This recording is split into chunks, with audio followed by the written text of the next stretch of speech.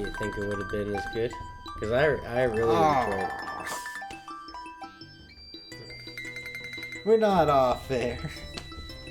Sorry, guys. Oh, don't move it.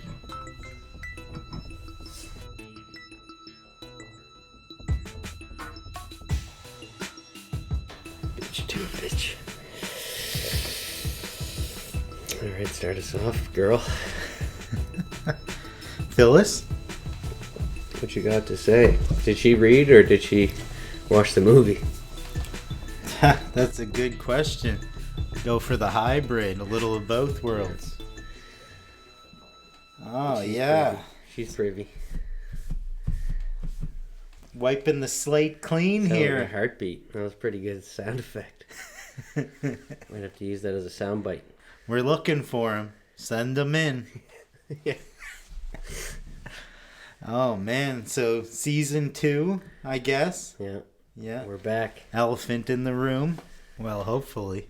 Yeah, exactly. Hopefully we'll see some progression here. We'll see some added production value. Yeah, time management and data management skills. Yeah. And just even better films and better... Oh, Yeah. hot take. Not only better films, but just better episodes, better reviews, better breakdowns. Yeah.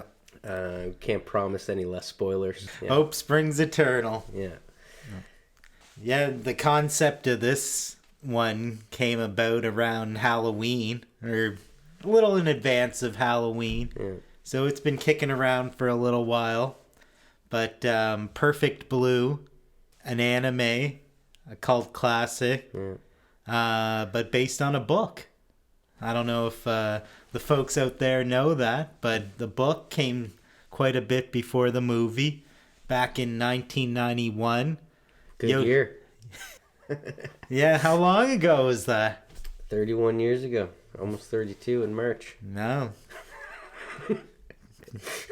Thought of that fast. Yeah. Yeah, so Yoshikazu Takuchi. Shit. First name. I should have prefaced that these names are going to get butchered because I've only read them and you've, I guess, kind of heard some of them. Perfect Blue. Complete Metamorphosis. Got the book. Yeah. I watched it on Shudder.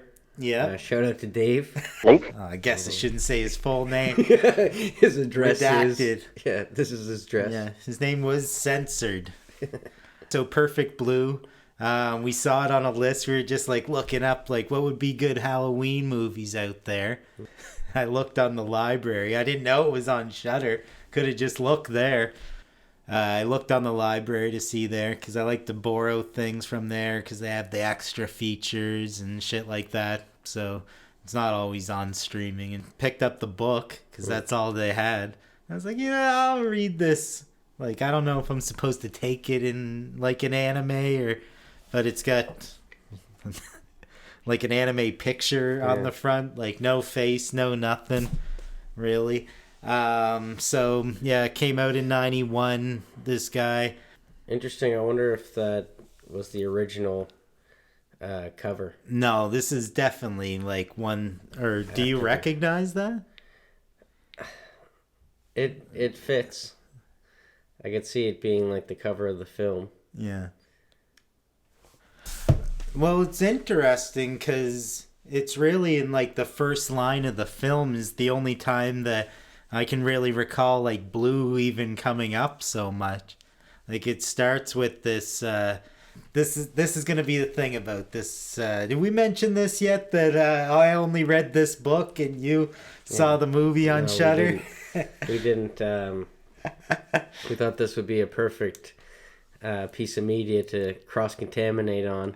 Yeah. And I think it was a good pick because, doing a foreign film, like get away from the animation, but just a foreign film alone, adapted like a foreign adaptation, is the perfect. Not perfect, not too end of the spectrum because there was a lot of reading. Yeah. Like you had to read all the dialogue. Subtitles and stuff. With the subtitles. and I watched it in pieces because I figured that you didn't read the book all in one go, and maybe that's like a thing about novels. This is a hidden poop joke. Yeah, thing about novels is that you read a bit, you ingest, conceptualize, sit on, read a bit more, and where a movie, sometimes you watch the whole thing and you kind of forget some of it because it's just, so much going on. So it was really cool. Yeah, the tired mastermind should watch a movie twice sometimes before reviewing it. Yeah, definitely. Something that we're working on. Even if we do like a week later after watching it or something, I'll forget stuff. And like with California specifically, as you all know out there. With a K? With the K, yeah. Look it up with the K. If you're going to be searching the archives. All right, see you later.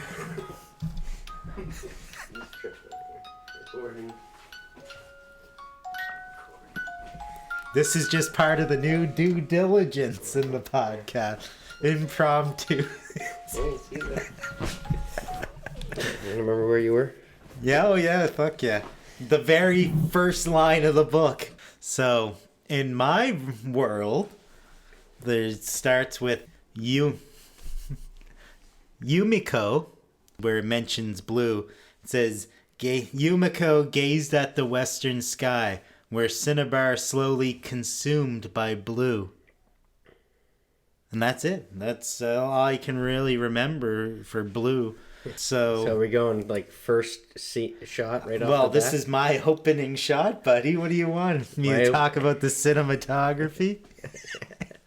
Oh, man. It's going to get nuts. My opening shot was like a Power Rangers thing. Like it was four they look like Power Rangers, and they're shooting this big monster.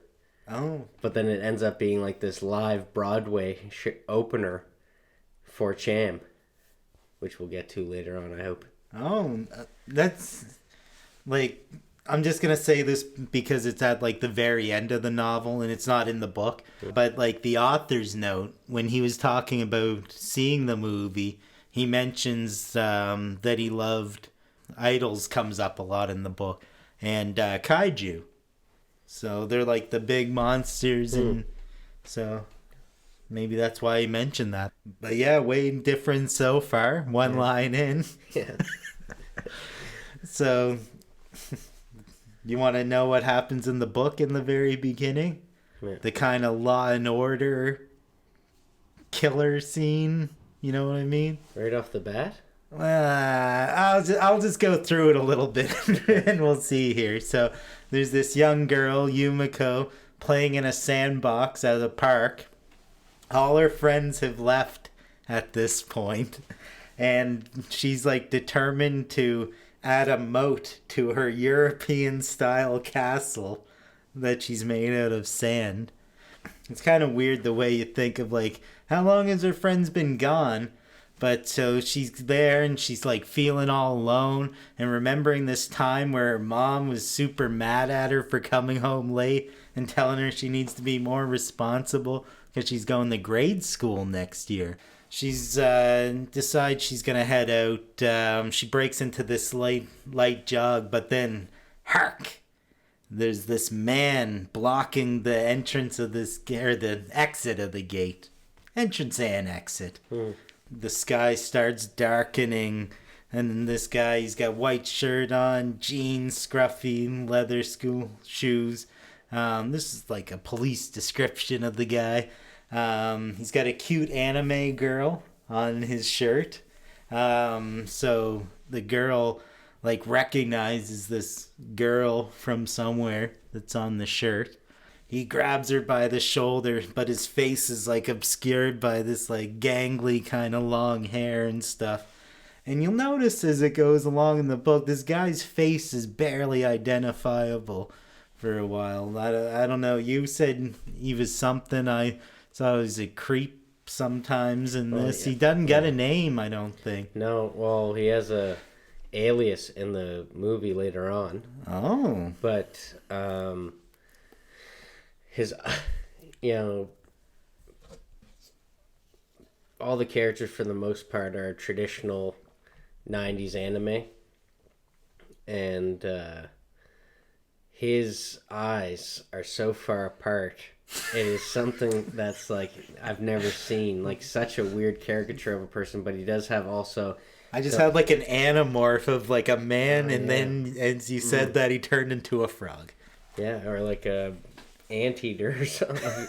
It's it's something that I'll have to show you after the episode. But he does have the long hair that's kind of over his face, so you just see one eye. But it's like you can tell how far it would be from the other one, and he has like kind of sharp teeth. Oh.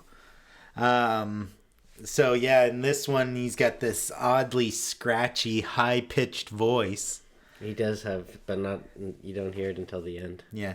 So this girl, as she's getting grabbed by this guy, she recognizes this voice from somewhere, and she's like, "Where?" And it's the dark. She heard it in the dark of the night. Right? So from her earliest memories ever, in this memory, she remembers this voice so scary that she cried. And she remembers her mom just like blowing it off that it was her grandpa. And then she realizes that he passed away like a year ago. So like she's like, no, it's a monster. And her mom starts holding her like a constriction. Like the way it's describing, it's like blending. She gets grabbed. But then she's like remembering this thing from her mom.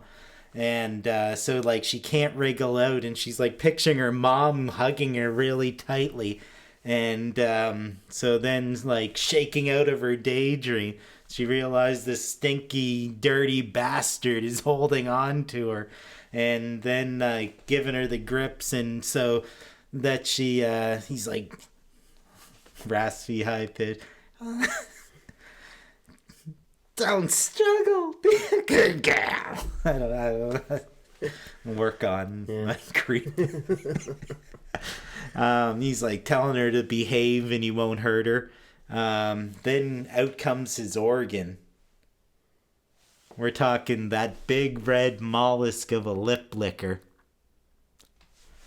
So once she sees that tongue wagging, she just like realizes the jig's up. She just goes faint, no use in struggling anymore, and gets carried off into a thicket where she feels calm and no longer like herself.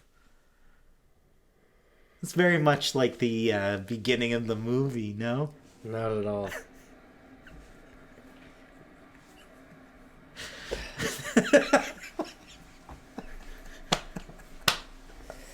Not at all. So you didn't have a Law and Order style kind of like little kid at the playground? No. Bumps into a creep, he gives her the grips? The main character is named Mima. Well, it goes into Mima next, so maybe... Okay, so... maybe we should progress a little... Okay, so right now, there's none of that. So this is obviously prologue when it comes to this. There's no... It gets right into Mima as soon as it starts. Okay. So we'll keep going. Yeah, so I got Mima in the very next scene here. So... we should just flush the toilet, so... We're going to have to stop soon anyways. Or just keep going. I can hear it pretty good. I was just being impassioned, I guess. Or we can just pick up from... So the chapter's called Squirm. So that's how the opening of the movie went, right? Not at all. There is, like... The only thing that both these opening scenes have in common is that, like, the creep is involved. But, this... the main character of this is named Mima. Yep. Okay, so we're getting into so- her in the next like line here. Okay, so we should probably just keep going. Okay. Because I think like that must be like kind of a prologue of sorts to the film, as they didn't use that. Like I'm sure that's just setting up the creep. Mm-hmm. That's a character build. You know what I mean? That scene. Yeah. But there was a choice when coming to the film of just like learning this character through Mima's story instead of having that kind of background, I guess. Mm-hmm. We'll get into this after, because you do find out kind of what happens to that person, I think. The first chapter, or whatever, is called Squirm in the book. Mm-hmm. So that was Squirm there? That was... No, this is going in the Squirm now when you first so meet. that is kind of that actually is a prologue. Kind of, yeah. Point Liam. So now we get introduced to Carago Mima. And she's just getting out of the shower. Is that... No. Oh. I figured they would keep that. My establishment of Mima is after the Power Ranger live like Broadway show. Yes. Theater. Sounds like a hell of a show. That's an opening act for this Cham, or maybe there's kind of this festival going on or something. They don't really talk about it, but a band, a female trio named Cham, who the lead... Cham? Cham. C-H-A-M? C-H-A-M. Okay. And Mima is the lead singer, the Beyonce of sorts. All right. That is nervous backstage because after the show she's announcing that she is no longer going to be with the band. Going and she's solo? pursuing her acting career. Oh. Switching careers altogether. Yeah. And during this during the performance, you do see the character. You see a couple people. You run into some street toughs. Oh. You can tell they're just like the bad news. Actually, someone walks by and says, "Please don't cause shit at this show either."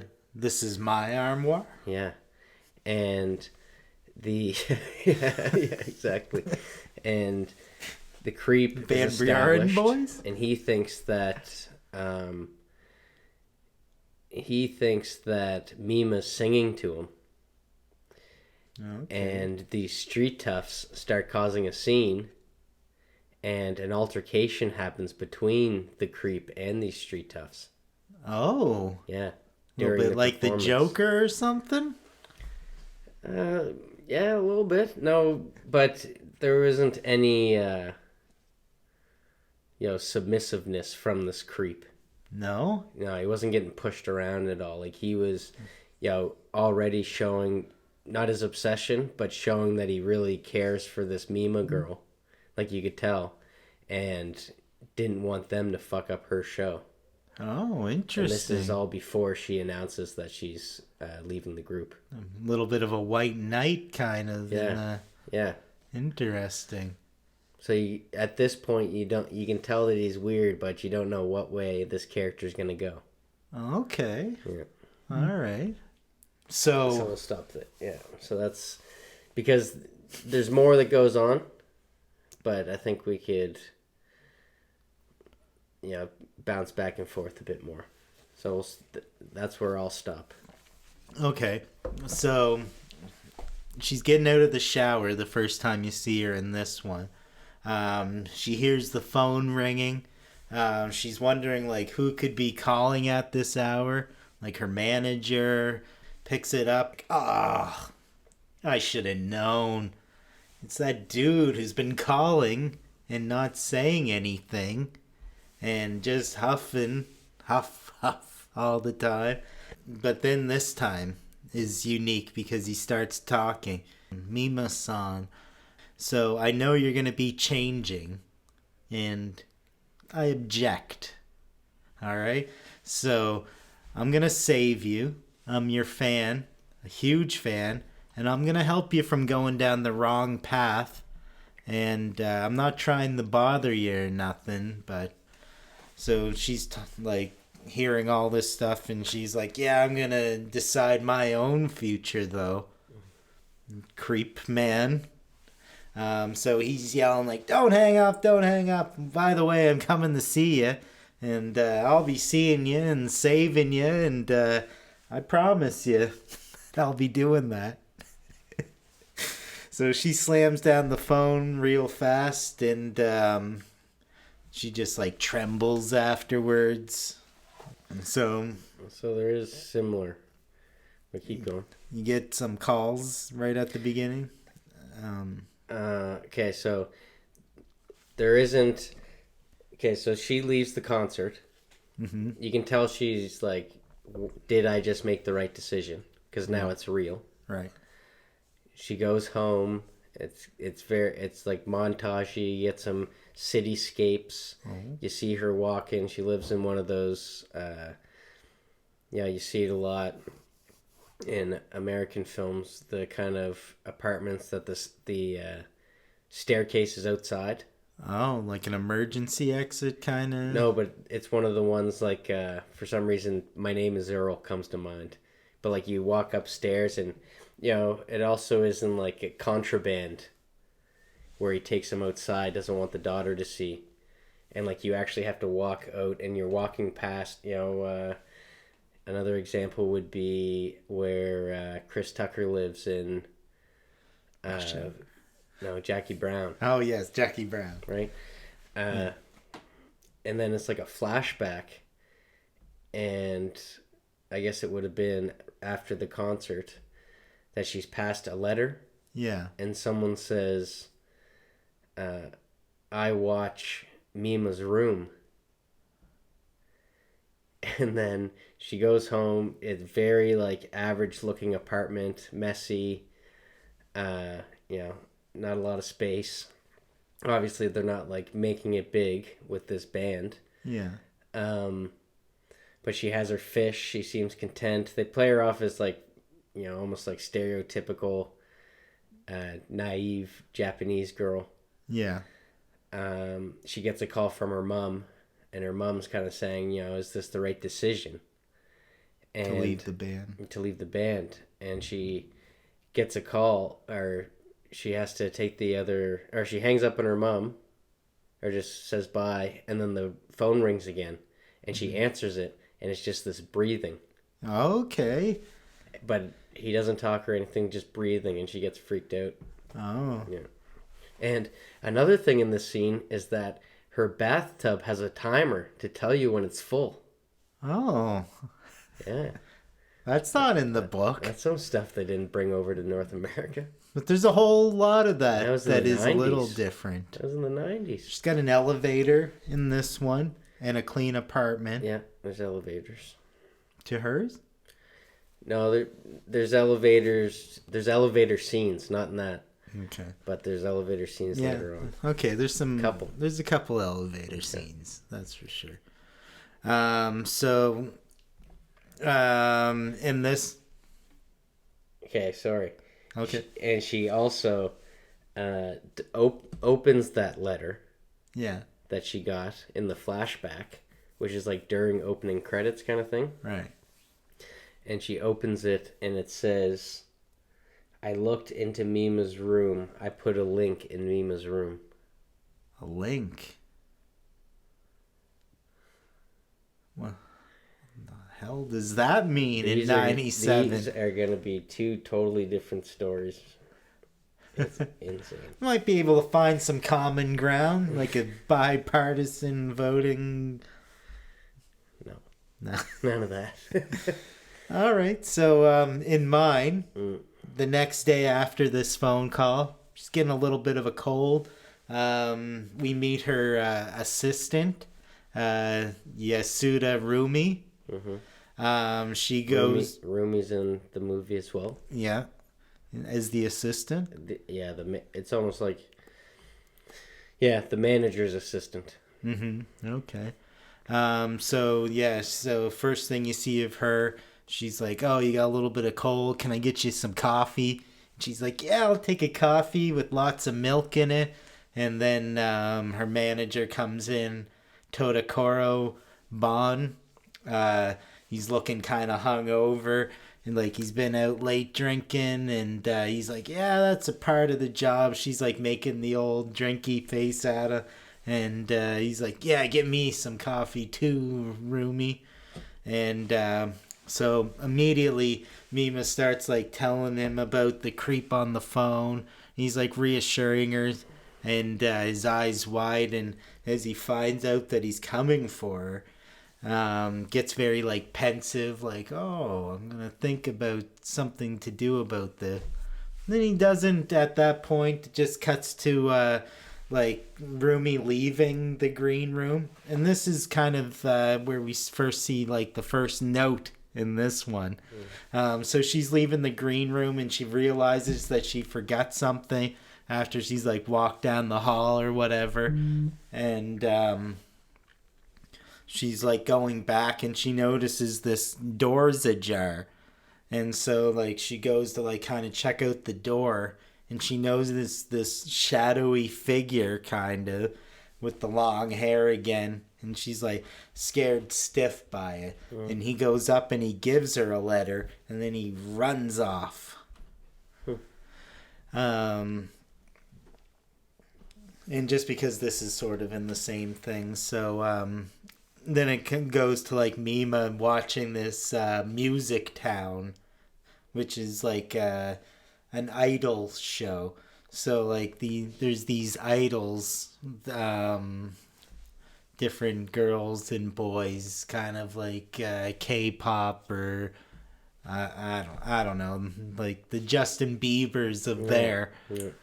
And she's watching this screen, and there's this like segment going on that talks about the biggest hits, and like she hates the host. She thinks all his jokes sucks and that he just finds himself hilarious. So he's interviewing this girl, Erie.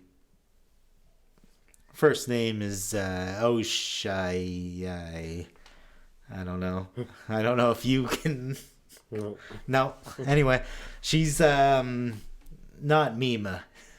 She's like the other one, the new one, up and comer in this one. So she's an overnight success for her hit Rock Love Dream.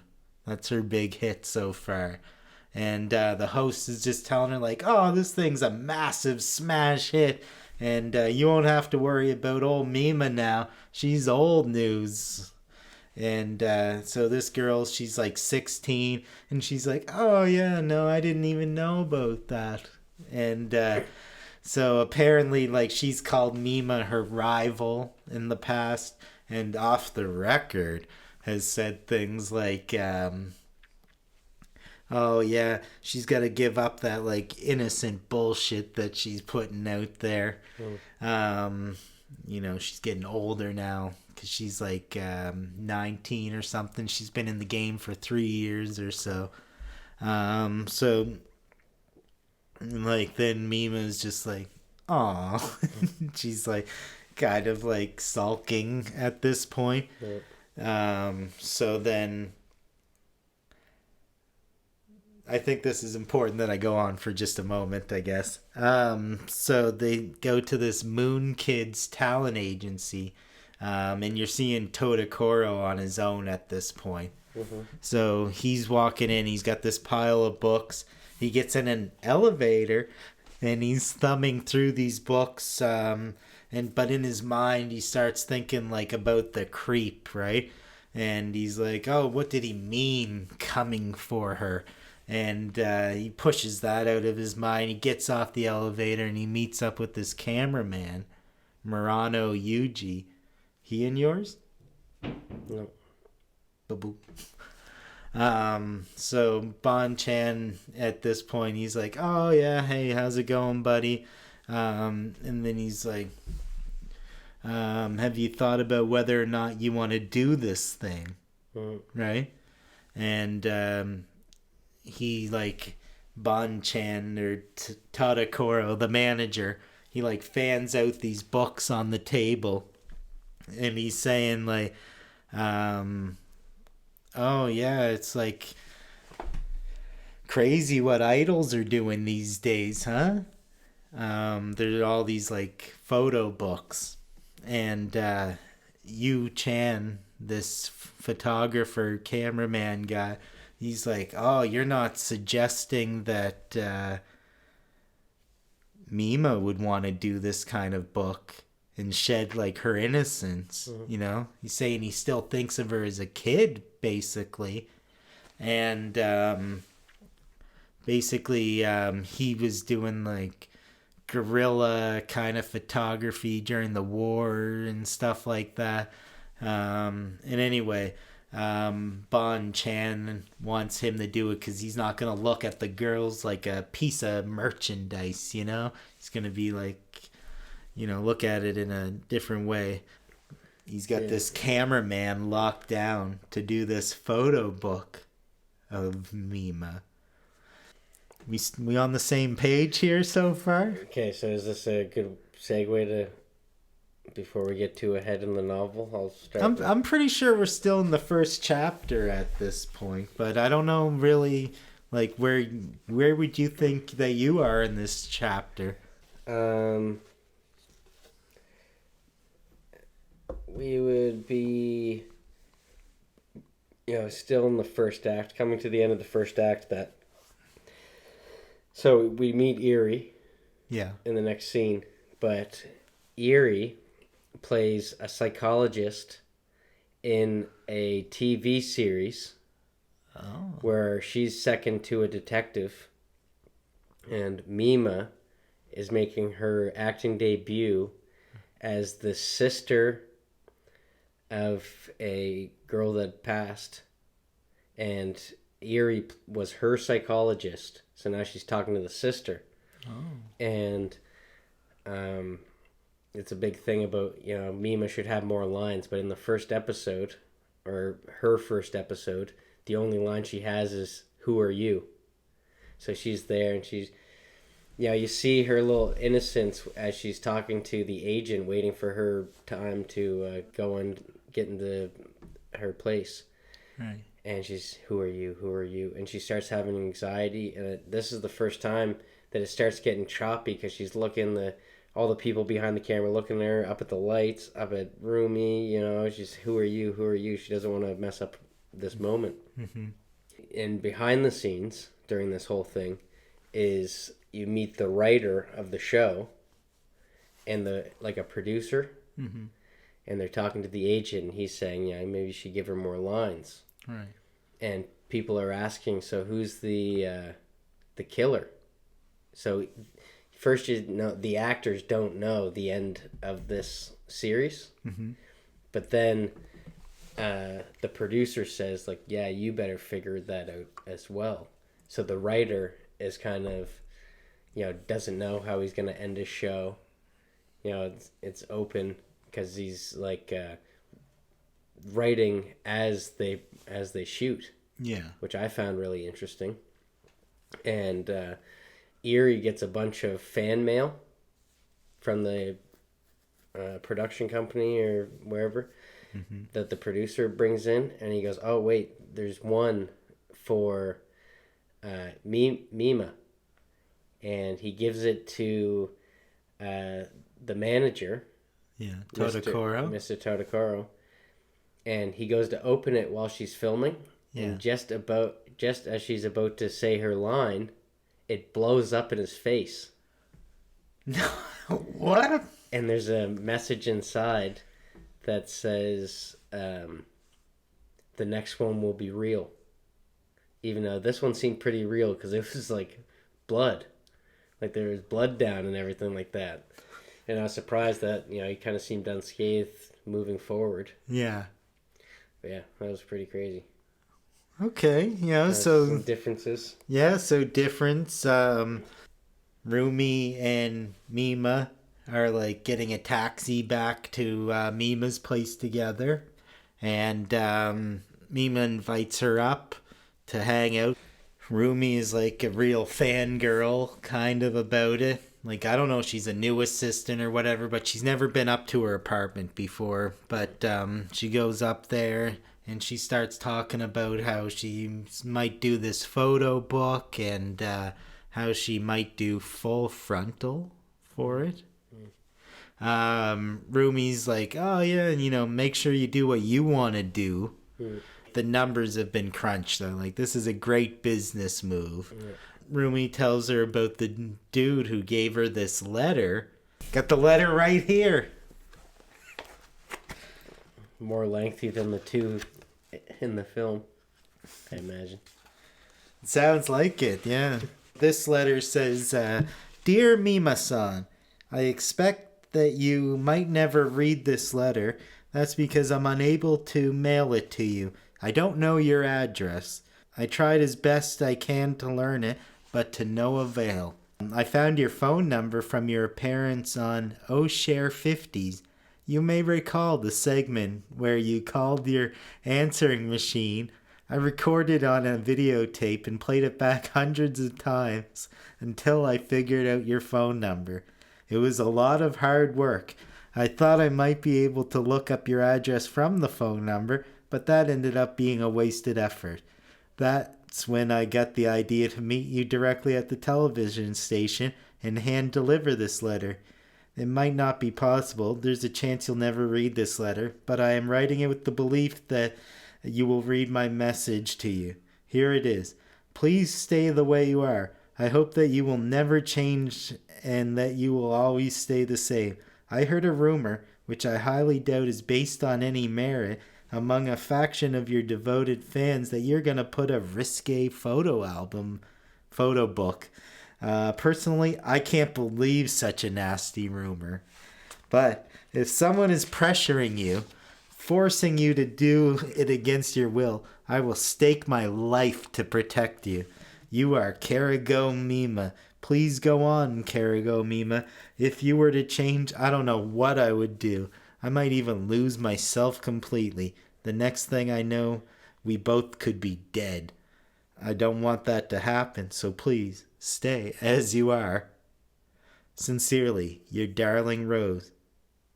P.S. I'm worried that this letter might not reach you. I will call you soon to find out. I promise. Wow. So, these are going in totally different directions, clearly. But very interesting stuff. I think it might have already been established that Mima's room ends up being a website.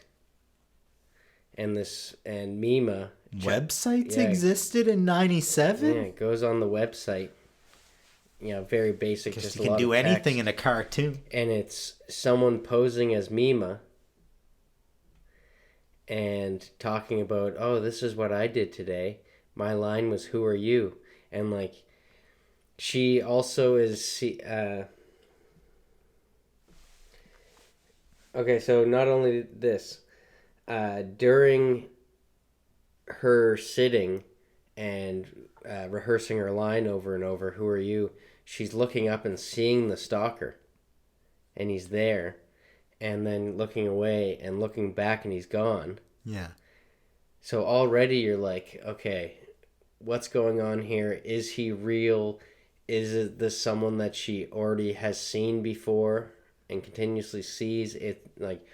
I guess if someone follows you enough, you might get this deja vu effect where you always see the same person. Right. And then it goes to this website and she's reading it, and it shows her innocence again, where she's just like, wow, this person knows a lot about me. And then she keeps reading and is starts getting a little creeped out of how do they get all this? How do they know this stuff? And almost putting her thoughts on paper. Mm-hmm. So she's like, well, how would they get that out of my head? Oh. You know what I mean? Starts getting kind of creepy. Wow. What would happen next is the so an elevator scene, Oh, nice. right? So it goes from her I can't remember if the website was already established or not, but I think it was already established, and it's after the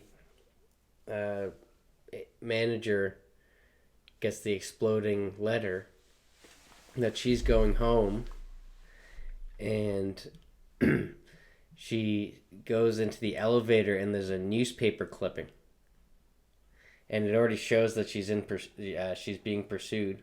Yeah.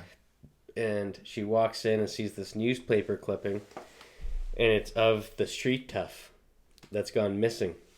After the exploding letter, Yeah. Rumi takes her home, Yeah. and like kind of consoling her, kind of calming her down after the traumatic experience, already high anxiety with just trying to get that one line off, just as she was about to. Yeah. The letter explodes. So Rumi takes her to her house. To Rumi's? To Rumi's. Oh. And showing her the internet. Hello. And then Hello it world. flashes to Mima at her own house. And these two apartments look very similar. This is fake Mima on the screen? No, this is real Mima. Yeah. It's interesting that you said fake Mima. Yeah. But this is real Mima. And she finds out that Mima's room that was referenced in the letter, the link is a website. Oh, yeah. So she goes onto this website, and it's talking about, you know, her day-to-day and stuff like that, and she thinks it's like really cute, and it shows her innocence because she's saying, oh, this person knows a lot about me. Mm-hmm. And then she's reading, and it starts getting weird. It's like, every time I walk off the train, I always step off the train first with my right foot. And she's like, what? And then it's like, who are you? Who are you? Who are you? Who are you? The line. Over again, which is her line. Yeah. Which like really seems like, okay, she keeps having these quick sightings of the creep. So like maybe he actually is around. It's leaning towards that she actually sees the stalker. Yeah. In these places, not like illusions, which we'll get to later. And then it's one of these fast cuts, which they just get faster as the film goes, and it cuts back into her redoing that scene that she didn't get to because of the exploding letter. And everything goes good, but it's like them talking, and then it cuts to this model walking down a runway, and then it cuts to a crime scene shot, and then it cuts to the show, but then it's like fuzzy, and then it's the manager and Rumi watching the show, looking very bored, and Rumi's wondering if this was the bad move to take this pop idol, they keep calling her a pop idol, and have her as this like B-rate actor. And it comes out that Rumi used to be a pop idol herself, but she's like, sorry, I didn't survive, because that's the manager's whole point, is that pop idols come and go. They need something to progress their career and keep it moving. So that scene seemed so little at the time. And then it cuts to kind of like day in the life. And there's, I should have mentioned this earlier, is that right from the start, there's like these almost recurring characters that are just at the show saying, oh, that was boring, or like seeing the tabloids, and they're always commenting on, it's kind of showing the outside world of how they see Mima, where she's like going day to day. There's a really cool shot of like that classic walking past a TV store, and the one camera's on you, so you're on every TV, and it's kind of this play on like how the all eyes on her kind of thing.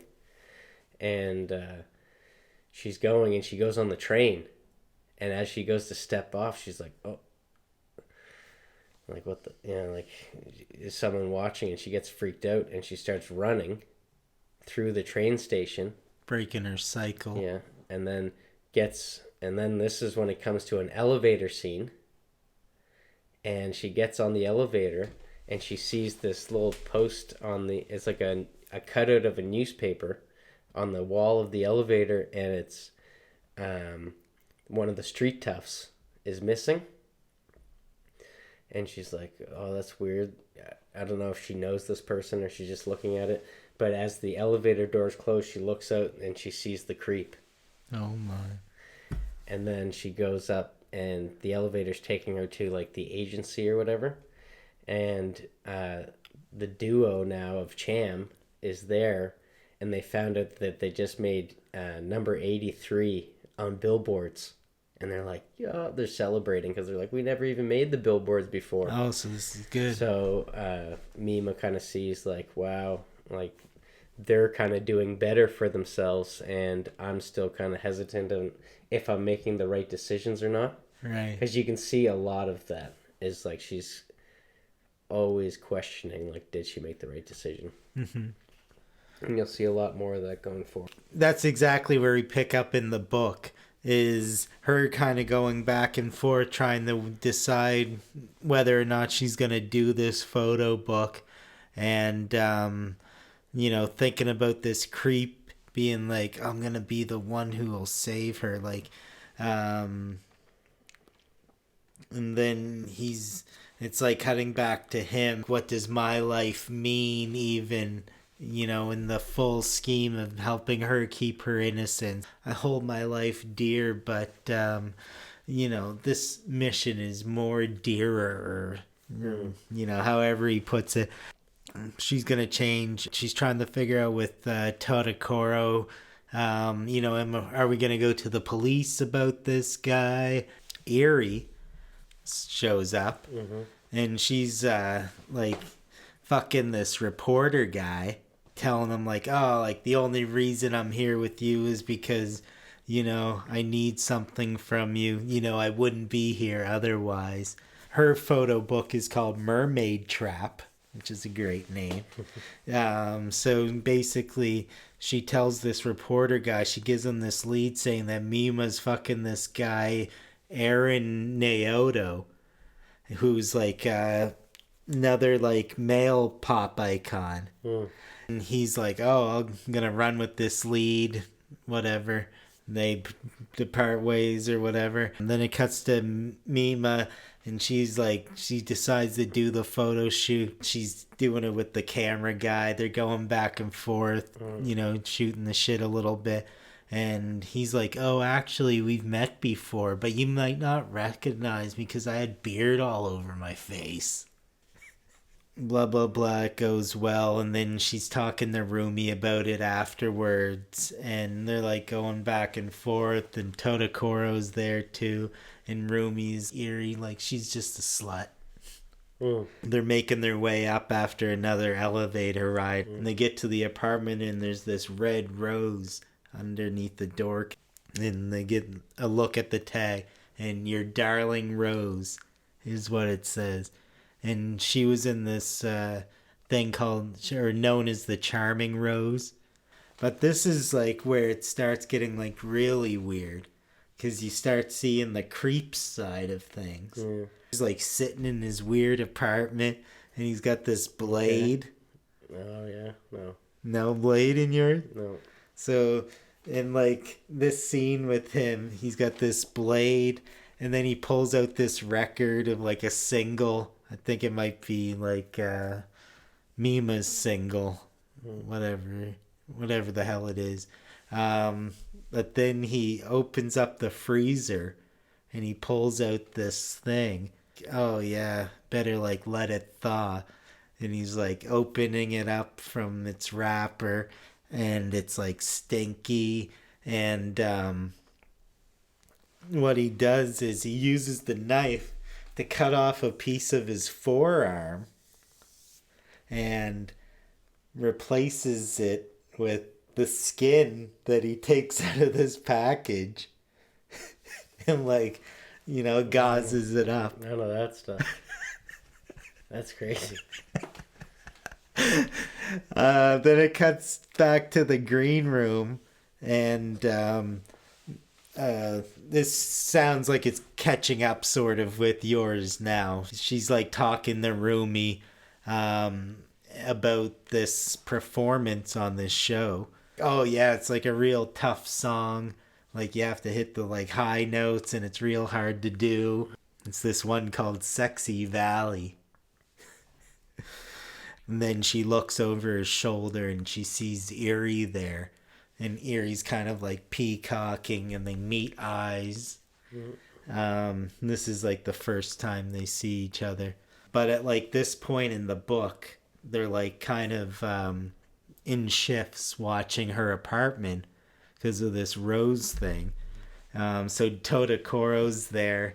Like this live performance is going on and he's just like chilling in her apartment. Oh yeah, like they should be getting home pretty soon, getting a glass of wine, and then they get home and he's like, oh yeah, and like this is great, everything's crushing. Rumi, go get us a couple of beers. And she looks in sad face, oh, we don't have any beer left. He's like, oh, no problem, I'll just go to the vending machine around the corner and pick up a couple, right? So he goes out and he sees a dude kind of lurking in the shadows.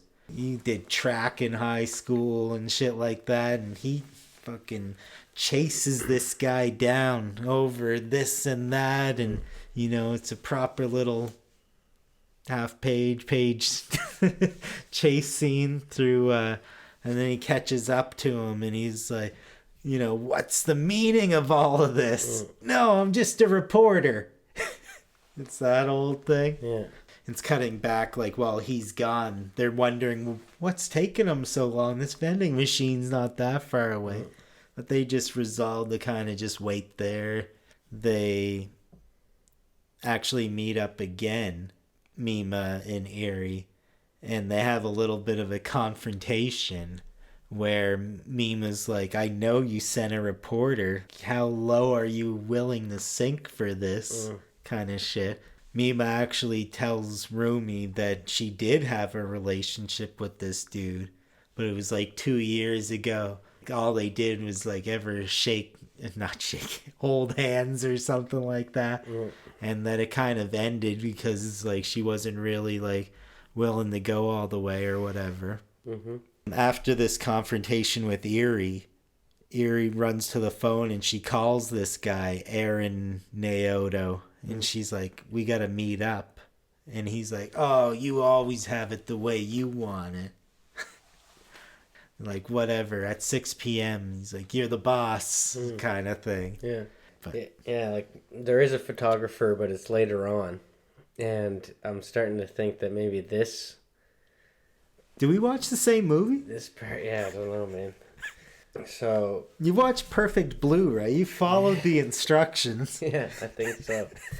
She's hearing about moderate success with Cham. I think it's actually, like, pretty well done that they're not like, we just got #1 in billboards. It's like, we got number 83, but that's good enough. It shows that, Mima was notable, but, like, not successful enough to, want to stay there. Yeah. And the manager talks about that a bit. It's like, there's not that much money. You're not making that much money. You could make more in movies. He's really pushing for this. Yeah. And Rumi doesn't think it's necessarily a good idea. But they're sitting and Takadoro says that there's a bigger... Todokoro. Idiot. Yeah, fuck, man. I'm just saying the manager. He says that there's a bigger role for you, but you're gonna be a stripper that gets raped during a strip show. Oh. And Rumi is saying, no, none of this in the novel. That must be the photo book of the movie. No. No, there is another photo book. Like I said, of how there's like the outside world and you have the people like looking at the tabloids and stuff. It's always the stalkers there. Mm-hmm. And that's where he's picking up his intel. Looking at the tabloids and stuff like that. Yeah. And doesn't he know everything in those are fake?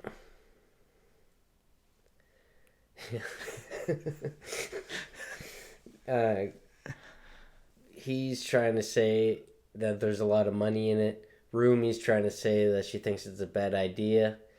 And Mima ends up giving in, saying, I'll do it. Mm-hmm. Yeah, whatever it takes. That's kind of common ground. Yeah. There was all that back and forth kind of in this. Yeah. Where she's trying to figure out if she's going to do that risque thing. Yeah, exactly. So it goes directly into the scene. And it shows the director there, and the camera's getting set up, and she's there on stage with a bunch of guys just standing like actors, waiting for them to yell action. They yell action. Yeah, you see her dancing, and you see some guys kind of like get up on stage. And then it's cutting from there to the manager and Rumi sitting off camera, mm-hmm. kind of cringing, and like can't believe that they're actually going to watch this. And the director is like yelling at directions to the actors, and the actor is getting on top of her, and like pulling at his belt and like kind of fucking up. Yeah. And the director's like, cut, you got to do that a bit faster next time. All right, action. And he's like on top of her, and he's saying, I'm sorry, just because it's like so awkward mm-hmm. of a scene to act. Right. And then they go through this rape scene.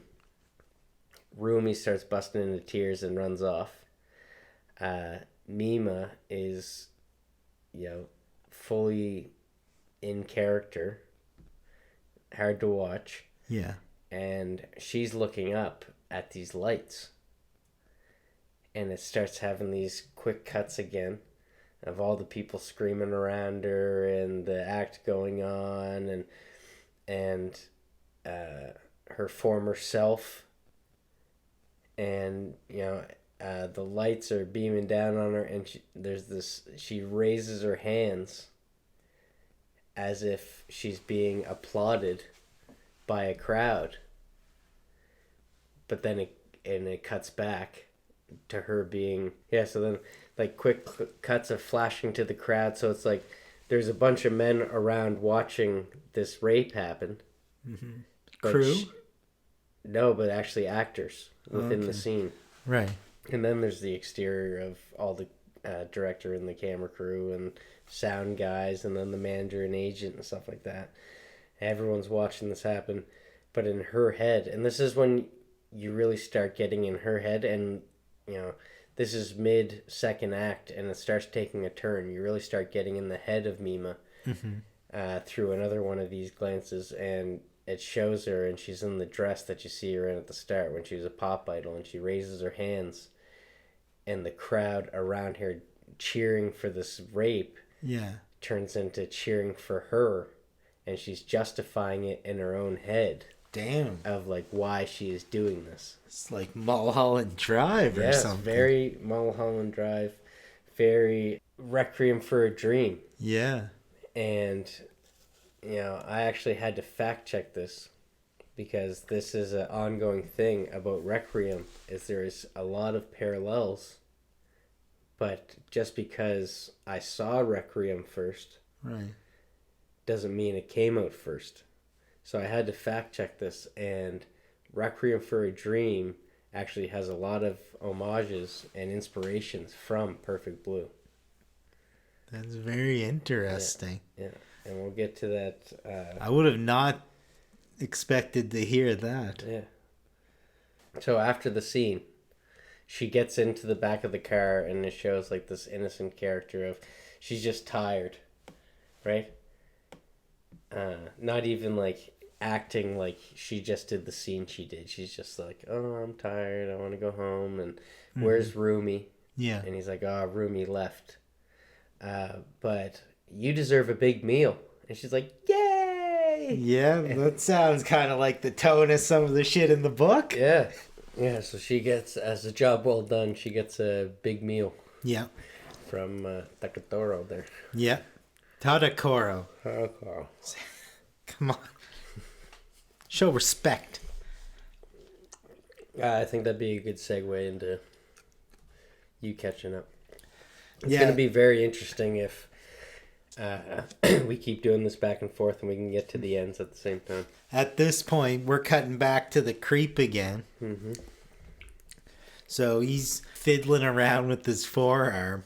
It's not going that well at this point. I'm sure it's getting quite infected.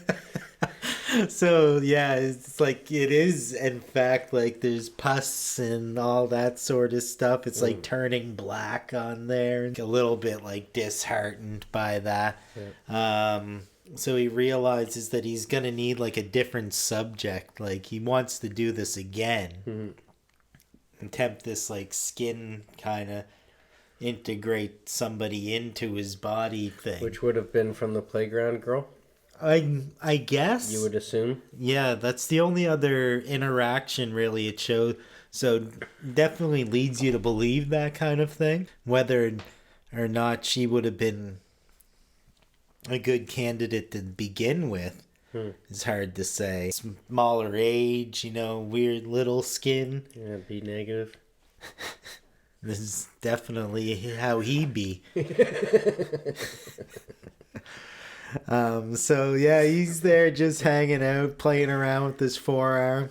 Then he pulls out this pile of tapes, like VHS-y, looking around for something, and he finds the most recent one. And he's going through and he's watching all these idols. He finally gets to the last one, Eerie, one of the more recent idols. And then he starts like brainstorming. I think I'm going to try and get Eerie. Well, I can't do it this way, can't do it that way. He's like thinking like chloroform and a taxi, and he's like, taxi's too much witness kind of thing. Settles on a way. Which I remember vaguely, so I'll tell you after. Oh, I forgot to tell you the thing that turned him on the Eerie was a video clip of her obscured nipples, but against a shower. Oh, yeah. Yeah. Nipples obscured, but pressed against that. Steam or fogged glass? Fogged. Yeah, so it was kind of like blurry. He was, obscured. Yeah. I can't remember this scene. Like, it jumps back and forth a few times with his hanging out there. But there's at one point where he masturbates, and it goes into, like, gory detail on, like, even his, ending. Yeah. Yeah, which is pretty interesting. Yeah. None of that in this. No? No. Oh. Yeah, it's actually almost opposite. I'm an idiot. I missed one of my tags. Okay, we can edit it. With the red rose, there was a letter that I had forgotten about, which says, sorry, her hands are shaking in this scene. This might be my final request. Why? Because you haven't been listening to the word I've been telling you. I delivered my previous letter to you, well, strictly speaking, to your assistant. I can be fairly confident you read it. I've called you many times. I went to all these great efforts to tell you one simple message. Please do not change. Yet, look at you. From your costume to your new song to the soon-to-be-released photo book, you're becoming Mima, completely different from the Mima you've always been. But fine, I won't ask you again. It appears it is now time for me to act. I will save you from this wicked path by my own means. Like I said, I won't ask you again. I've made up my mind. I will take action. Sincerely, your darling Rose. Sorry, just going to jump to the third tag here for a second. This is how he was planning to abduct Erie. What if I soaked a rag with chloroform and hauled her into a taxi? The man placed the knife back on the desk and folded his arms. Nah, that won't work. Obtaining the drug would be difficult, and getting caught with her unconscious isn't something I could talk my way out of. Under his breath he muttered, that won't do. No matter how he went about it, abducting her carried too high a risk. The best way would be for Erie to come to his room on her own volition. But how could he make her do what he wanted? First, he imagined himself in her position. If he could put himself in her shoes, he might be able to understand the way she ticked. If he pulled that off, he might just be able to devise a scheme to get her here. And so he pondered. Erie had no morals. She lusted after men and had no reservations about taking them. The sooner the world was rid of her, the better. But promiscuous or not, she was still an idol. Even a tramp like her still had the appeal of her fans as an idol, no matter her character. She was no porno actress. She made her vulnerable to made her vulnerable to scandals, and involved sex would be fatal even to her. By holding such a scandal, the man reasoned he could manipulate her freely. Getting her to come to his room would be easy. Picked up an idol magazine from the floor, looked through the pages, and found the number of her managing agency, Nuclear Vision. I didn't get that reading it. Nuclear. Nuclear Vision. Yeah. His plan is to call the office and have her fan club's contact number. Once he got that, fan club members tended to divulge the idol's schedule in much greater detail than their agency ever would. Once he had the complete schedule, he would work backwards to find her free time. Then he would sleuth out the scandal he needed. He was prepared to follow her for days, if that's what it took. But still, he needed to hurry. Time was running out. He couldn't waste it. Every hour, every minute counted. To save the charming Rose, he needed to know the feel of an idol's skin. And just a little spoiler alert. Is that halfway? Oh, it's further than that. It's basically halfway. She has her big scene. She has her big meal. Yeah. She seems so desensitized in that scene where she's tired and it seems like she's like, just another day's work. Yeah, I think you're catching up to me now. Yeah, because Todokoro going to get the beers and stuff. I think that might have been part of the celebration, but there might have been one later on as well, actually. Because did the photo book already happen? It's not come out yet. Okay. So she goes home. So she goes home and she finds her fish dead. Mm-hmm. And that's her breaking point. Okay. She just she thinks that she thinks that she killed them because early on, the first time you see her fish, she's like, "I'm sorry I didn't feed you yesterday." So she thinks she was just like completely neglectful and let them die. Mm-hmm. And then she goes and she sees a Cham poster in her room. That wasn't there before? No, it was. Huh. And she rolls it like, I can't look at this anymore. Uh-huh. And then sees her former self in the mirror. So it's like a vision.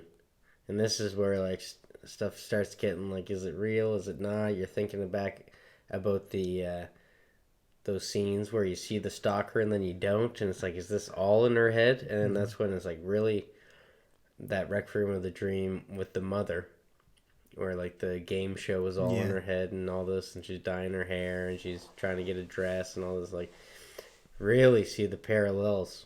Mm-hmm. And and then she goes back and she sees the fish are swimming. So it's like, oh, the fish aren't dead.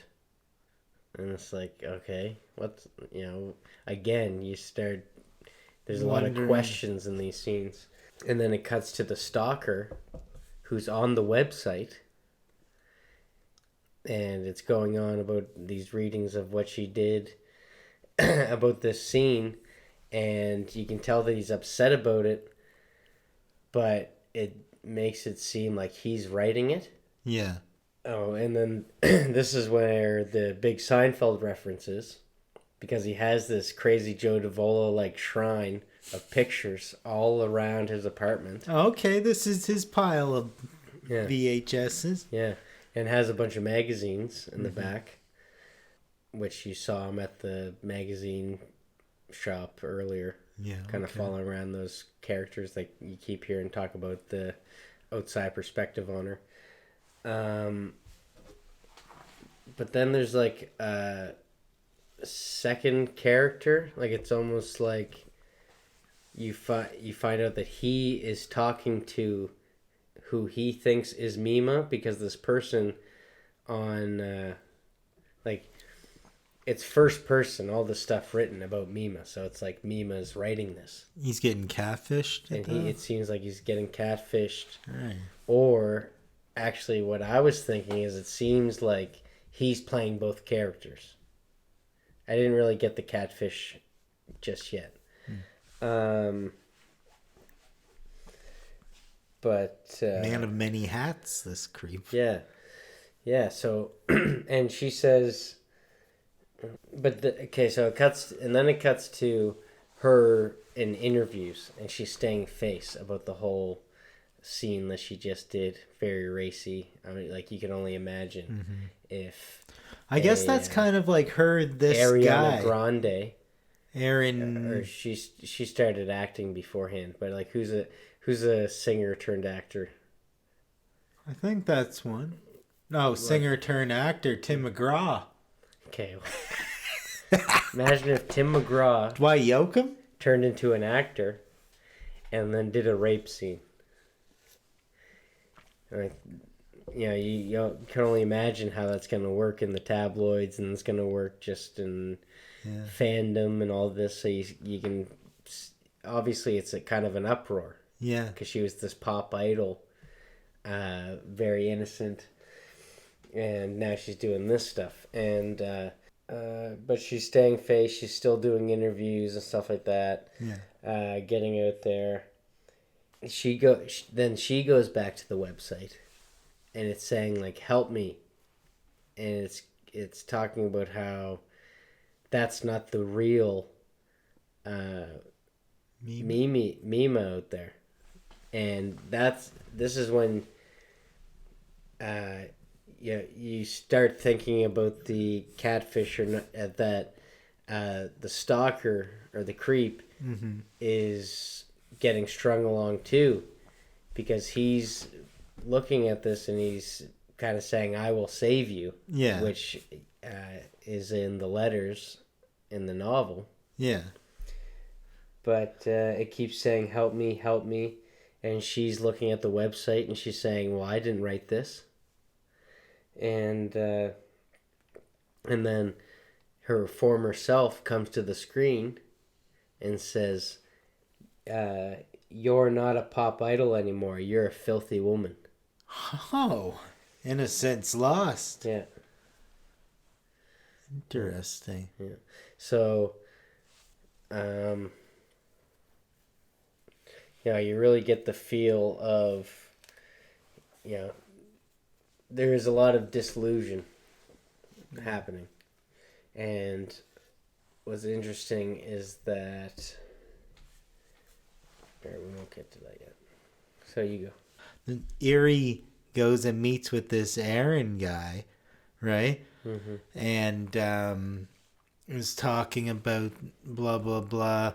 And then he has a huge dick. And then she gets taken. Is that weird that I'm surprised about that? Yeah, I mean, I was too, but he sounds like a tall guy. So yeah, Stalker does get her back there, right? And she's been doing like filthy stuff now all along the way. So she kind of gets that empowered after she's there for a few minutes. He's trying to get some details about Mima from her. She's not doing anything. And then she's like, oh, well, you just want to have sex with me. So I'll just lean into it, right? Start playing that role like, oh, if that's all you want, then like, let's do it and be done with it. And he's like, nah, I don't want that. What I want is your face. So then he's going there and cuts her face off. And so Erie's got no face now. And she... Well, this is not in the... No. Yeah, so she's faceless and she's pretty surprised that it's gone down this way and she's got no face anymore. And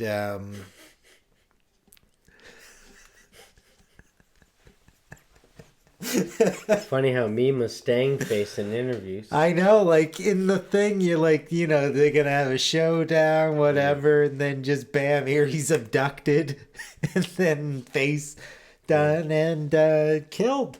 Yeah. Killed there. Because he's like, oh, no, can't go home without a face. But he's also keen to share it a little bit, and he's cutting off his face. Oh, yeah?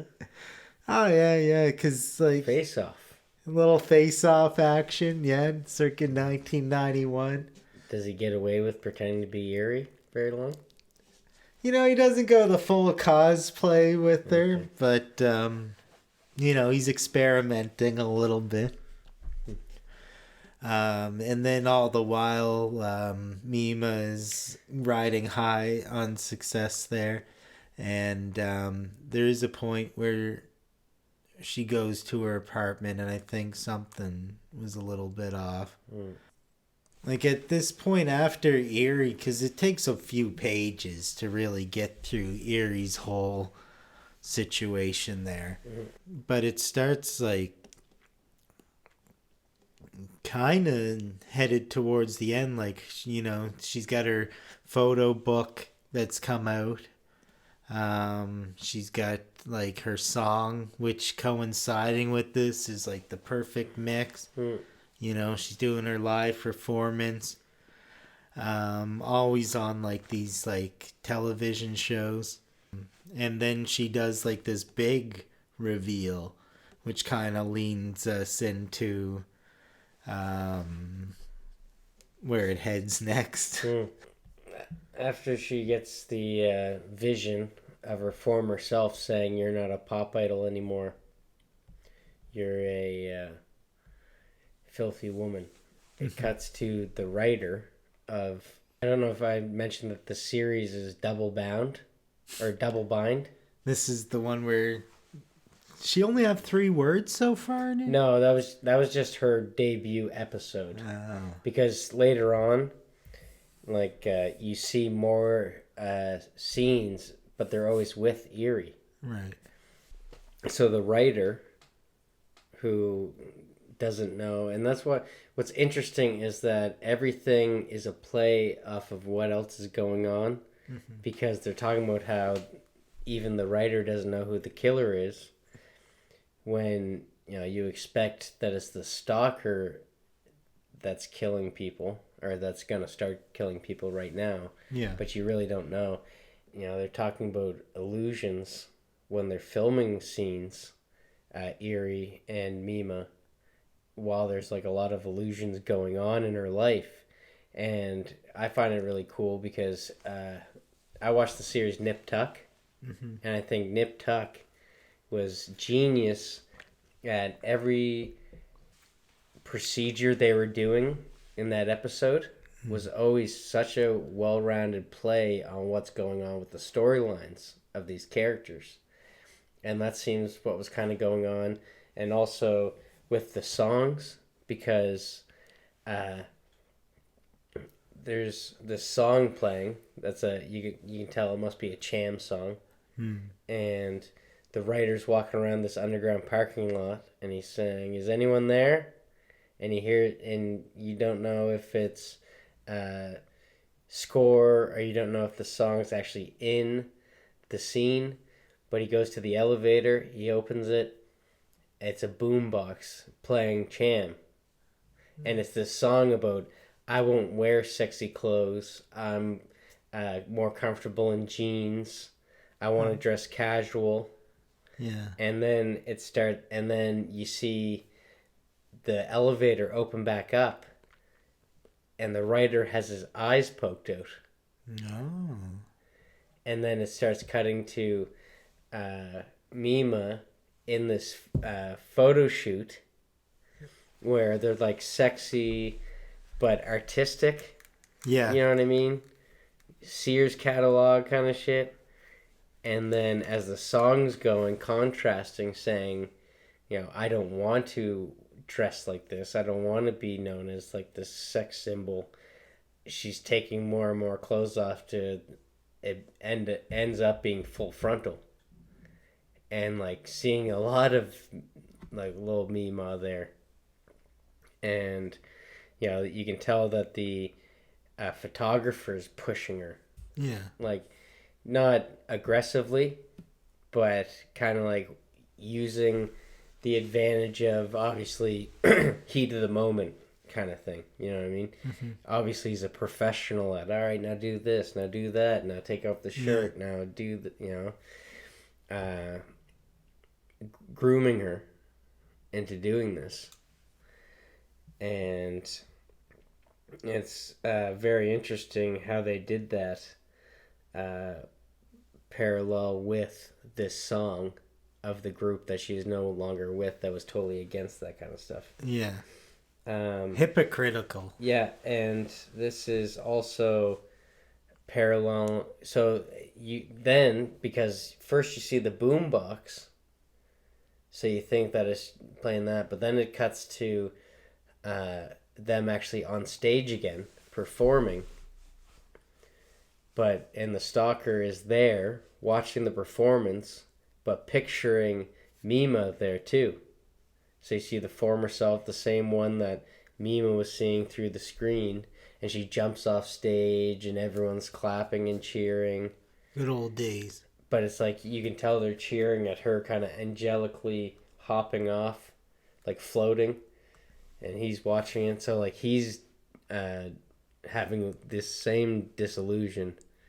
So it's like really weird because they're both having this same experience, even though they're on totally different sides of this. Right. So they're having the same disillusion, which is really weird because there's all these kind of like connections, and how connected are these people? How much is in their head? How much is reality?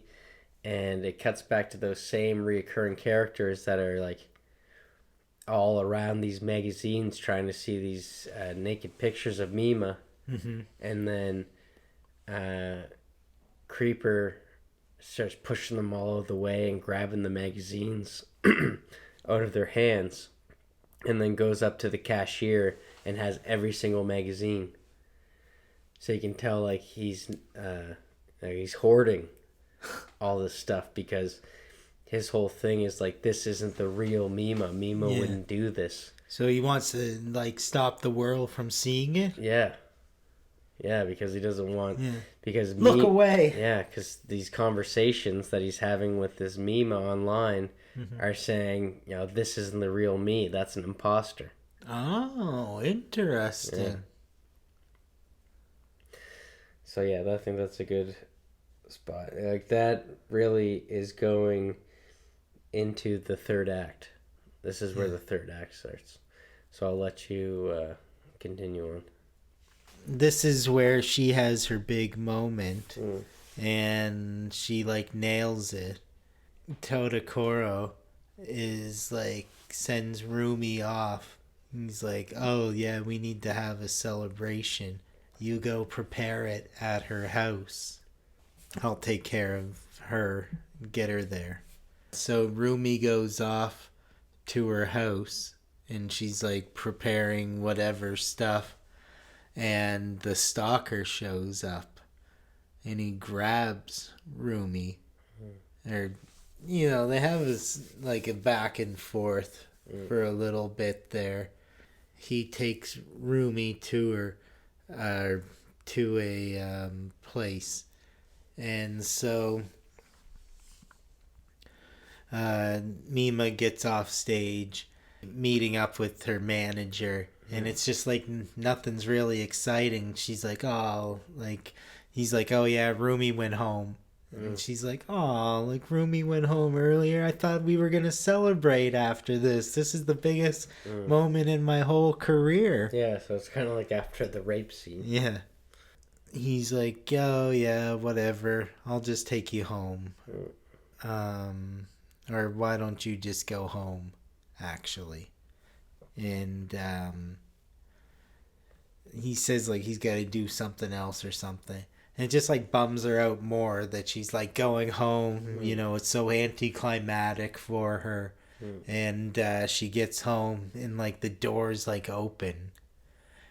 She's looking around and she finds a note that says, come to the place where you first performed, or something to that effect. So she's thinking around for a while and she's like, oh yeah, this has got to be this old TV station. Azaboo. No, actually, I'm wrong. On the phone, he tells her she's got to be there in 5 minutes or Rumi's going to get it. Okay. And she's like, it's like a 10-minute run to get there. Better call the wolf. Yeah. And she's like, so I gotta be there in 5, right? Yeah.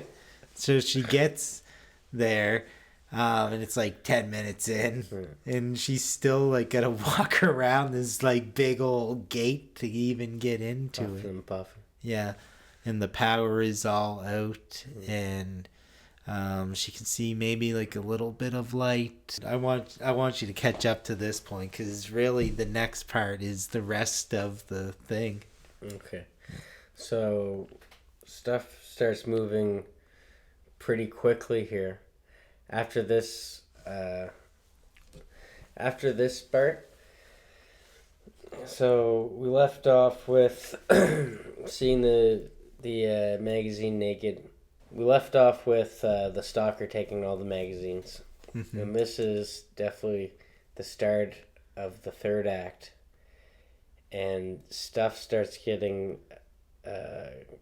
pretty convoluted with the transitions of like cutting through scenes.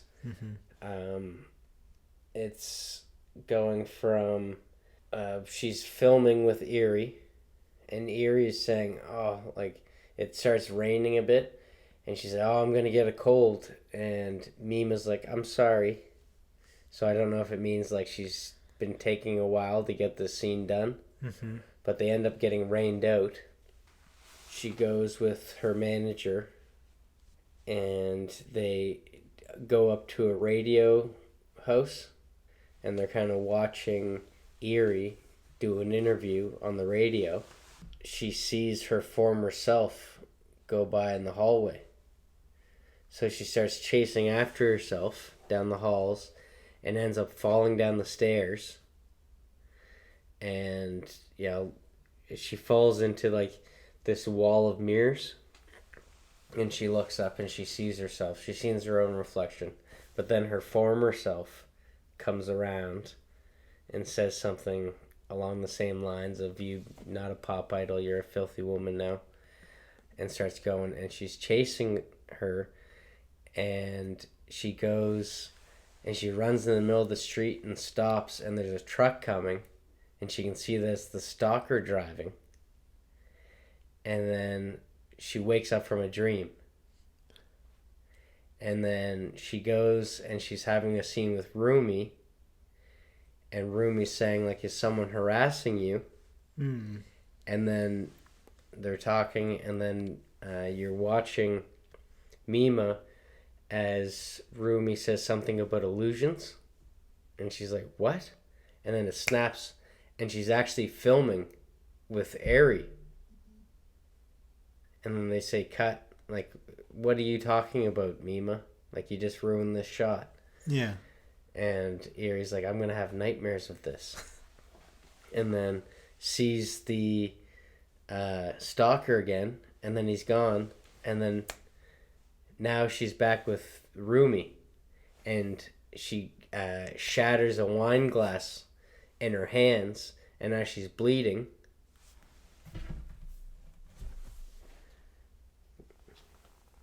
Yeah, it's similar to that. Oh, she's holding a mic in that. Is it a mic? Yeah. Oh, and then like has these quick cuts to just like text of the website. Yeah. And there's even shots of the stalker at the computer, and every picture's now talking to him. Like, you must save me. This is an imposter. And then, because I think I probably have to catch up to you a tiny bit. What would be a good place to stop?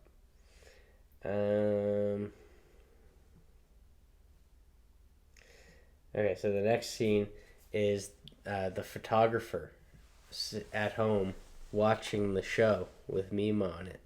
And then he gets a knock at the door. It's a face that you can't make out. Right? And you kind of only see the back. He's like, you're a weird pizza man. And then he drops the money, so he goes down and bends over.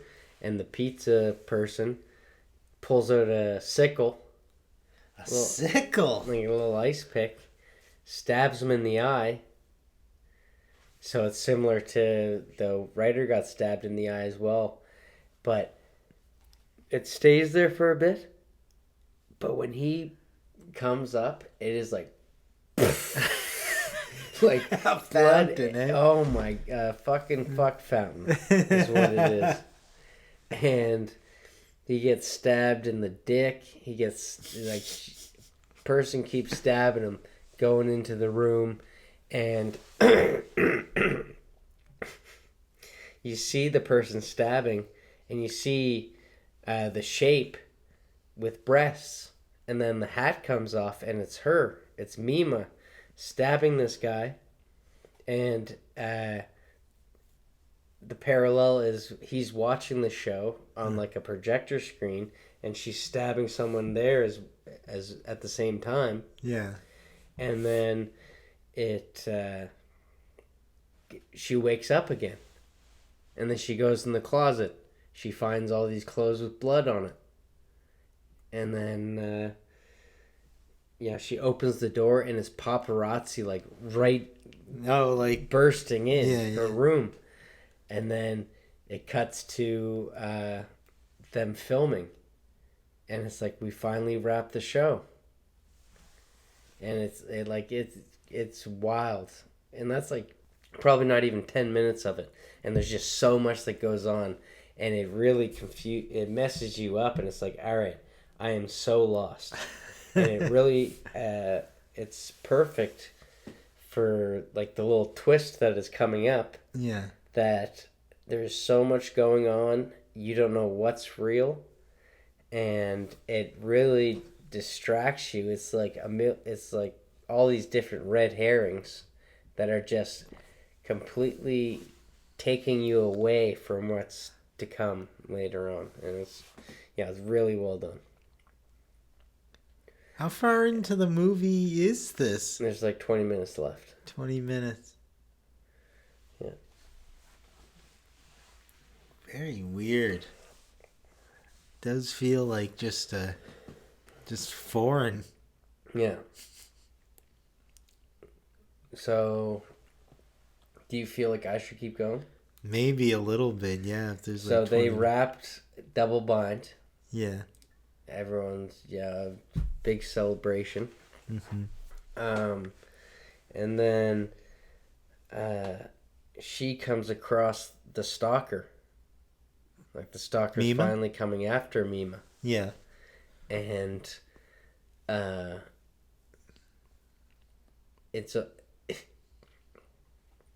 it's weird because they were playing like the score and like the tone and how they were using the Cham songs to parallel what was happening in it. It felt very strange that it was like the moment where she's like, all right, I have to get away from this person. It was like very classic anime, upbeat anime score, which is like final boss stuff. Yeah. While he's trying to get away, trying to get trying to kill her, and it's on the stage, and he's like ripping her shirt off, so she's shirtless, and then ripping her pants off, and then like ripping her underwear off, and like really, she's wearing nothing, Graphic. and she's the way that she fell, her head's kind of hanging off the stage. Like Clockwork Orange. That's what I'm kind of picturing, like that early part in it. Yeah, kind of, sort of, and it's this up-tempo music, right? And it shows this belt that he has. It has 2 sickles on it and a hammer. Oh. It's like ding, ding, ding, ding, ding, ding, ding. And she gets Communist? the hammer, and as soon as she hits him with the hammer, silence. And that's when he stands up. And this is when you hear that he has like this weird high-pitched voice. He doesn't talk much before that in No. it? No. It's just this one part. And then he's like, lets out this shriek and then just falls. And then she goes and gets Rumi. Because Rumi's like, I gotta go back looking for her. Because she's on set somewhere. Or in the building where they're filming. And then when she finds her, she's all distraught. And she's like, Rumi, I have to show you this. And they go back to the stage and the body's not there. You know what? This is about this. The way that you're describing it, this showdown, is very much kind of where I'm at in the book as well, with this showdown, like at this TV station. Yeah. Because she's like trying to get there to save Rumi. She notices like the power's not on, but there's some lights. So she's going around this place. She can't get in any of the doors. And then she finds one that is slightly ajar. And she makes her way in. And that's like when she gets finally face to face with the creep in this one. And he gets knocked down, like kind of put out of commission in what you were saying. And so same thing happens here. So I guess I should have prefaced it with like, this guy is like faceless now from his when he was hanging out with Erie there and getting kind of nuts. Like he's there and he's got his knife trying to show his devotion. Oh, no, sorry. I got it mixed up here. He cuts off his face when he meets up with Mima to show his devotion. But he did cut up Erie's face. And Practice. yeah, just to make up for my mistake, he said that it didn't come off with much difficulty. Just like in the movies. Yeah. Seems like once you make that perfect slice. So he Take it right used everything he learned with Erie to Do it to himself. do it to himself. So he was practiced at this point.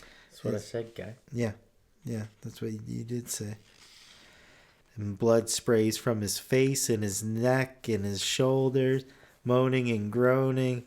T-shirt painted red.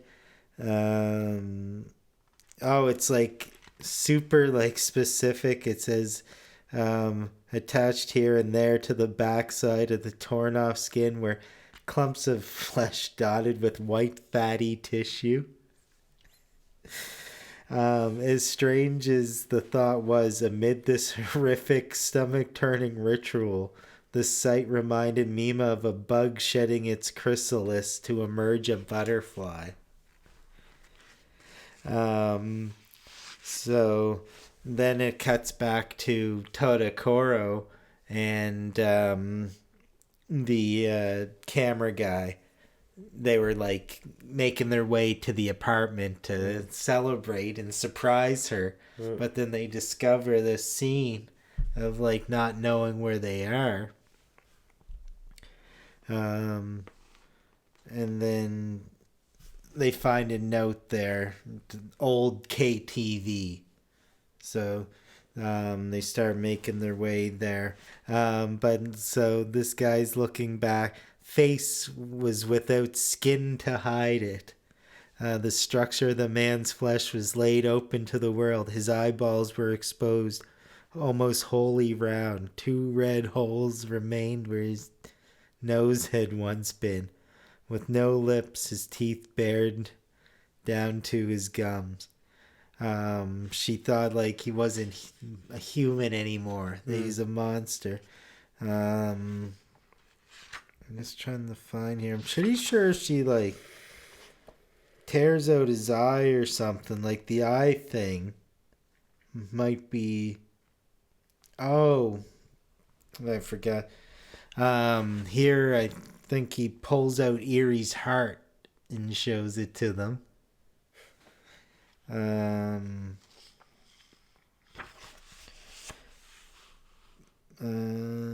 So he's like slashing at her like a demon, something.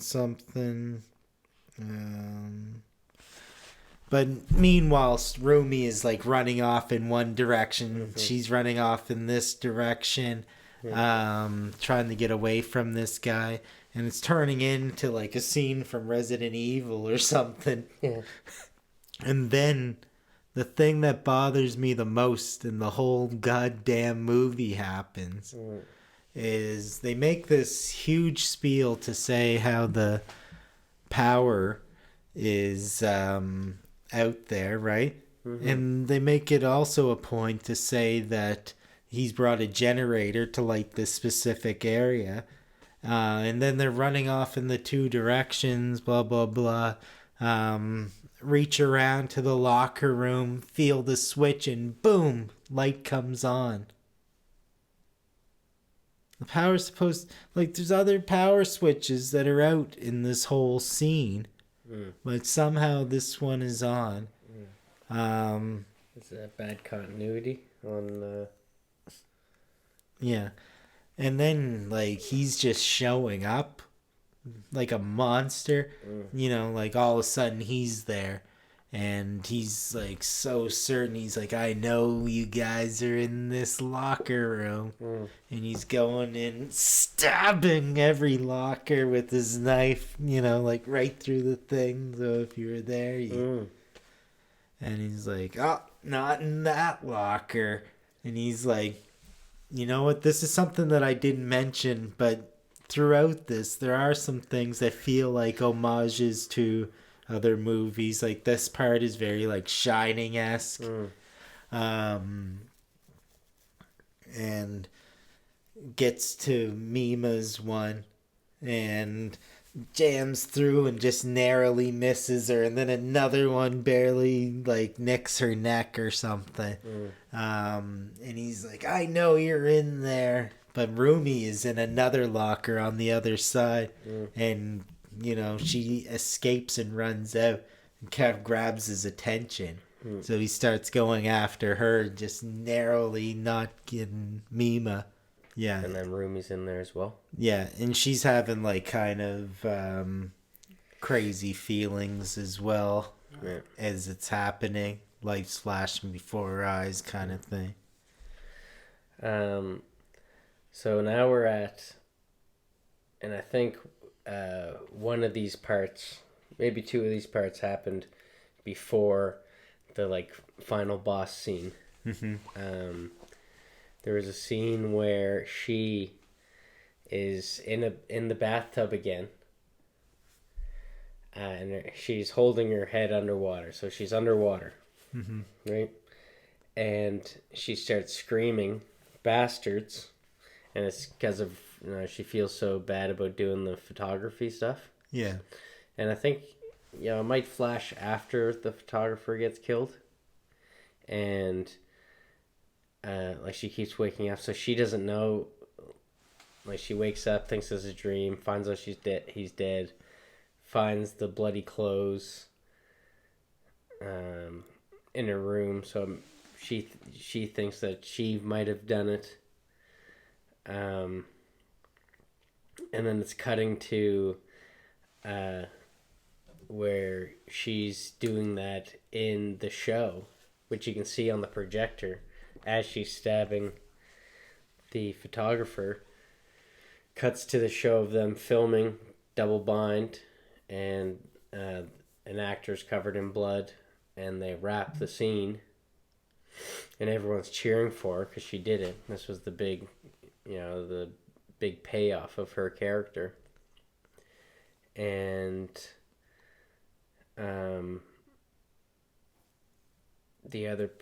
so that part with her underwater and screaming actually was used in Requiem for a Dream with Jennifer Connelly's. That same shot. Yeah. So there is legitimate homages to Perfect Blue and Requiem.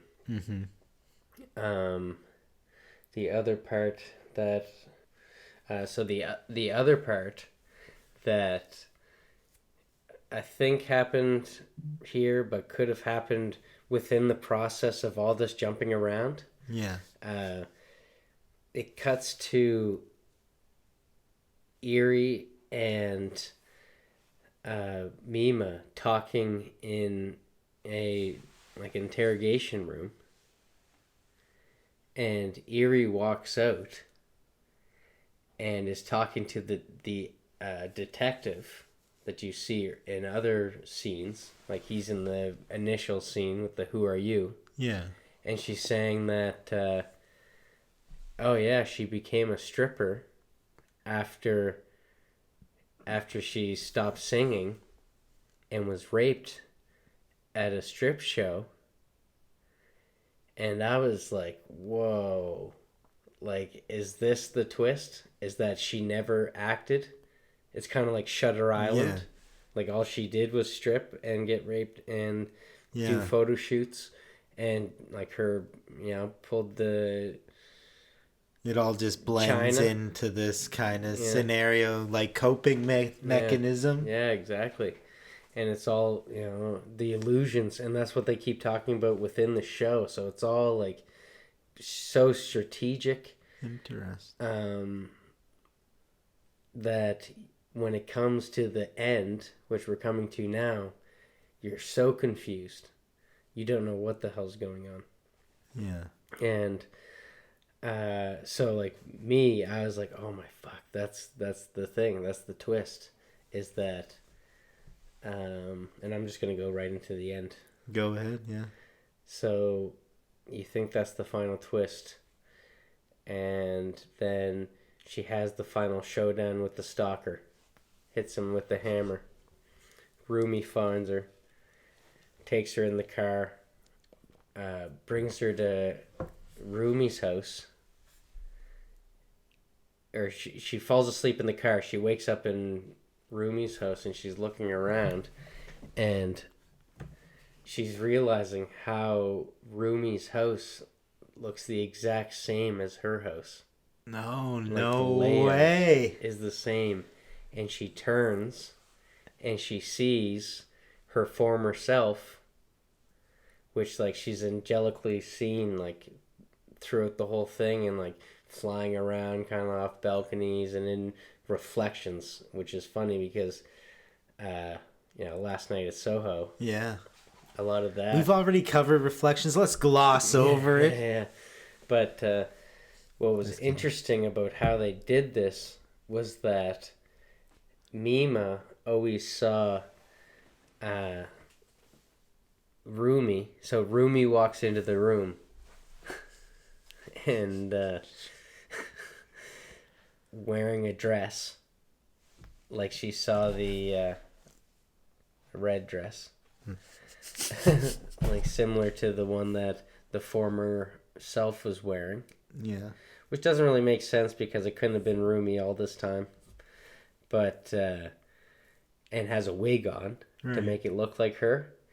And then you find out that Rumi is the one who, on the website. Yeah. Is the one on the website. And was actually leading the stalker on. To distract him? Yeah. And to get rid of her. To get rid of Mima? Yeah.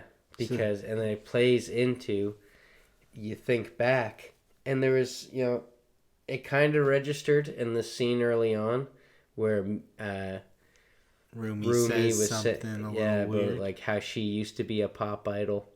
Yeah. It's always that kind of thing. You know what? There was just so much with the stalker that it was like, that got wiped from my brain. Like, they did such a good job on that. Yeah. And, but they do this thing where Mima's always seeing Rumi as her former self unless you see her in a mirror reflection. Interesting. Yeah. So, like, foreshadowing of some sort with that. Yeah. So that's the twist. Rumi in mine. Officially spoiled. But the last little bit, I'll say after your little... Yeah, well, this is just about Rumi. Like, there's nothing like that ends up taking place in this one. No. Like, Eerie was the biggest rival who just got, like, chopped out, like, early. So it's not Rumi the whole time in the novel? It isn't, no. Rumi is just, like, straight up a good buddy. But when they're talking about how hard it is to sing that song... So strange. Rumi makes allusions that, like, she was, like, trying to be an idol at one point and, like, was almost good enough to do it, but maybe didn't quite have the looks or something like that. Eyes a little too far apart or something. You know what I mean? Literally, not whatever. Animatively. Yeah. Yeah, so, do you want to continue with yours, or should I just keep going? No, you can. Okay, so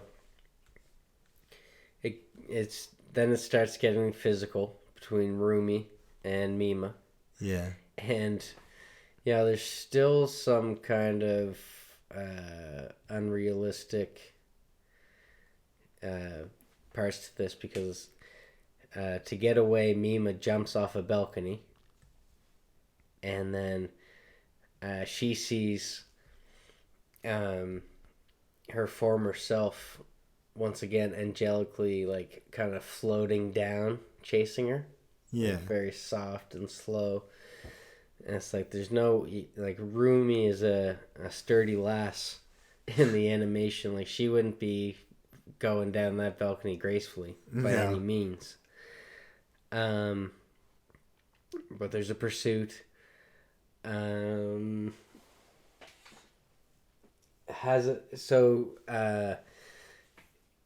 Mima's already stabbed before she goes out the balcony. Right. So she's bleeding, she's running away. There's a flash of both the stalker and Mr. Takatoro, both with their eyes poked out. So Rumi killed everyone. Dang. Because, yeah, she's the one, and you saw... Like, she's the mastermind behind it. It's the same ice pick that she stabbed Mima with before she went out the balcony. But loses it. But then she finds an umbrella.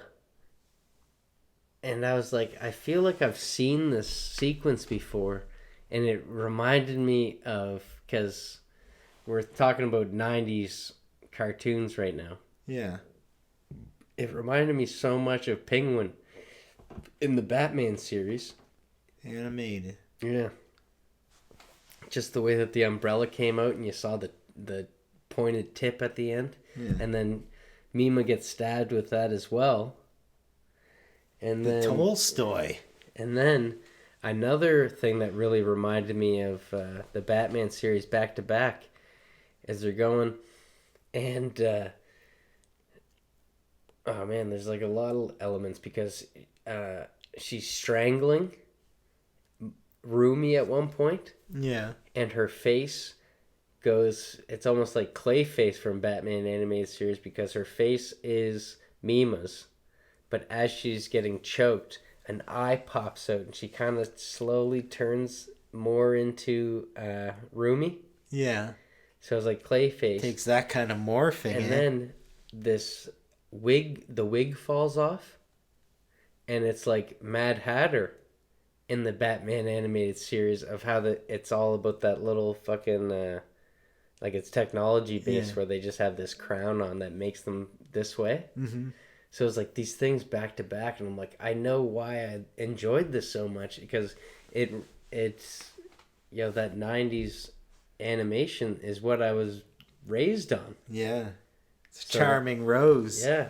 So that happens, the wig goes off, and then it's really weird that it's not a slow motion thing, but when the wig goes off, Rumi's like a zombie and is like, and then goes and just kind of bends over and leans on this piece of glass, which has already been broken, and it was one of those other parts where you could only see Rumi in the reflection. Yeah. With when this glass got broken. But then like very like clumsily just goes on this glass, and it's showing Rumi and all these pieces of glass that she's looking down on, and then it's just like blood everywhere. So she pulls off and she's going, and she walks in the middle of the street, and you see a truck coming, just like Mima's dream earlier, and the lights are on her, and Rumi goes and thinks it's like the spotlights. Yeah. But then Mima saves her, and then the truck stops, and everyone's like, "Now get the cops! No, get the ambulance!" And the guy goes, "I know." And like that's the little dialogue between the guys, like super weird. Yeah.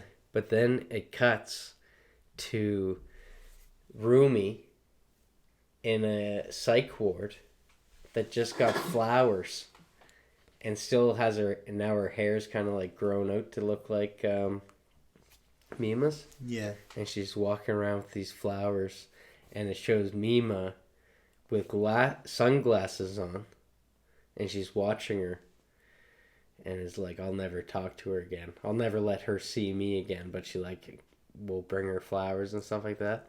And as she's walking out, there's two nurses, and one nurse says, "Oh my God, of all places, Mima is here right now." And someone goes, and the other nurse says, "Oh no, it must just be another lookalike." And then in the car, she takes off her sunglasses and like out of an 80s film looks into the rear view and goes, "No, I'm real." And then that's the end. That's How crazy. do you like them apples? That's so weird. And you know what? That's There funny. are parallels to the ending of this. Because this guy's on that kind of tear. Kind of like that confrontation that they're having. How it goes is Rumi takes off out of this locker and has the creep chasing after her.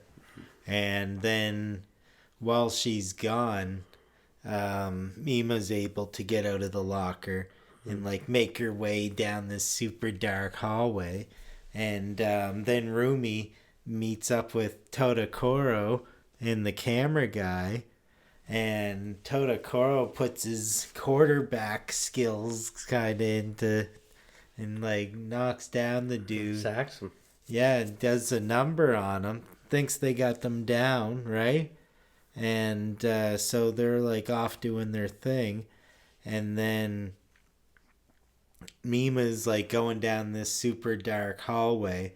And then she just falls down a flight of stairs in the complete dark, right? And then she's like feeling around and stuff, trying to orientate herself.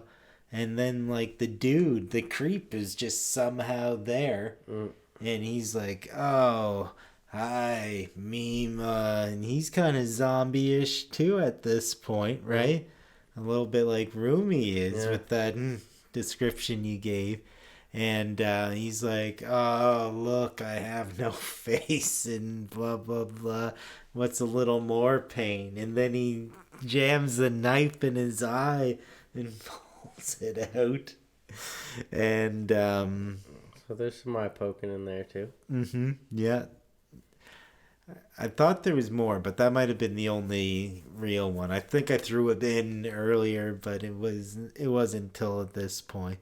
So they're there, and like a breaker gets hit, and all these like lights come on, and some kind of something happens, and there's a fan there, and ends up getting knocked into the fan.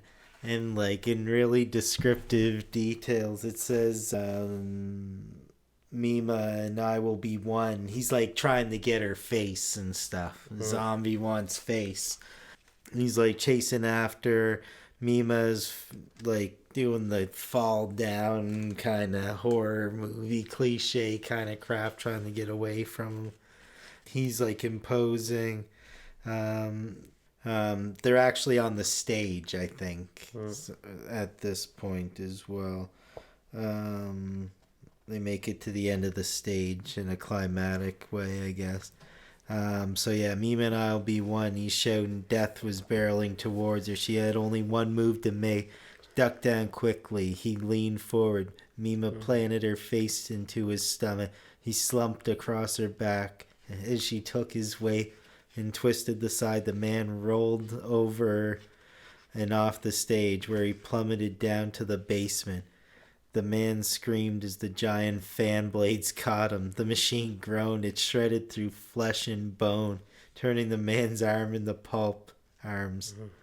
A moment later, the blades chopped in his legs into a frothing slop. Then his waist was gone, and then his stomach and his chest. For a brief eternity, his bloodstain hung in the air. To Mima's horror, his mouth opened wide and cried out, Mima. But then the head was sucked into the fan, butchered by the spinning blades. The man's blood and flesh scattered everywhere, staining the white paper flowers red. Mima watched the blood-stained petals dance through the wind as they passed by. They no longer resembled cherry blossoms. Instead, they looked like vivid red roses. The passion, the obsession, and the so-called darling rose, stalker, freak, and monster had been so strange, and he had transformed. You didn't even call him a creep. Did early on, one of them probably. And he had been transformed into rose petals, at least in that moment. That's the way Mima saw it. Crazy. So do you think that would have played well if they stuck to that script?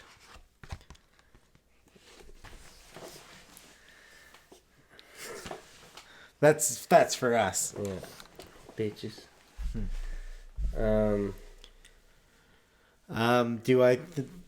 I saw it as a movie because I knew there was a movie about it.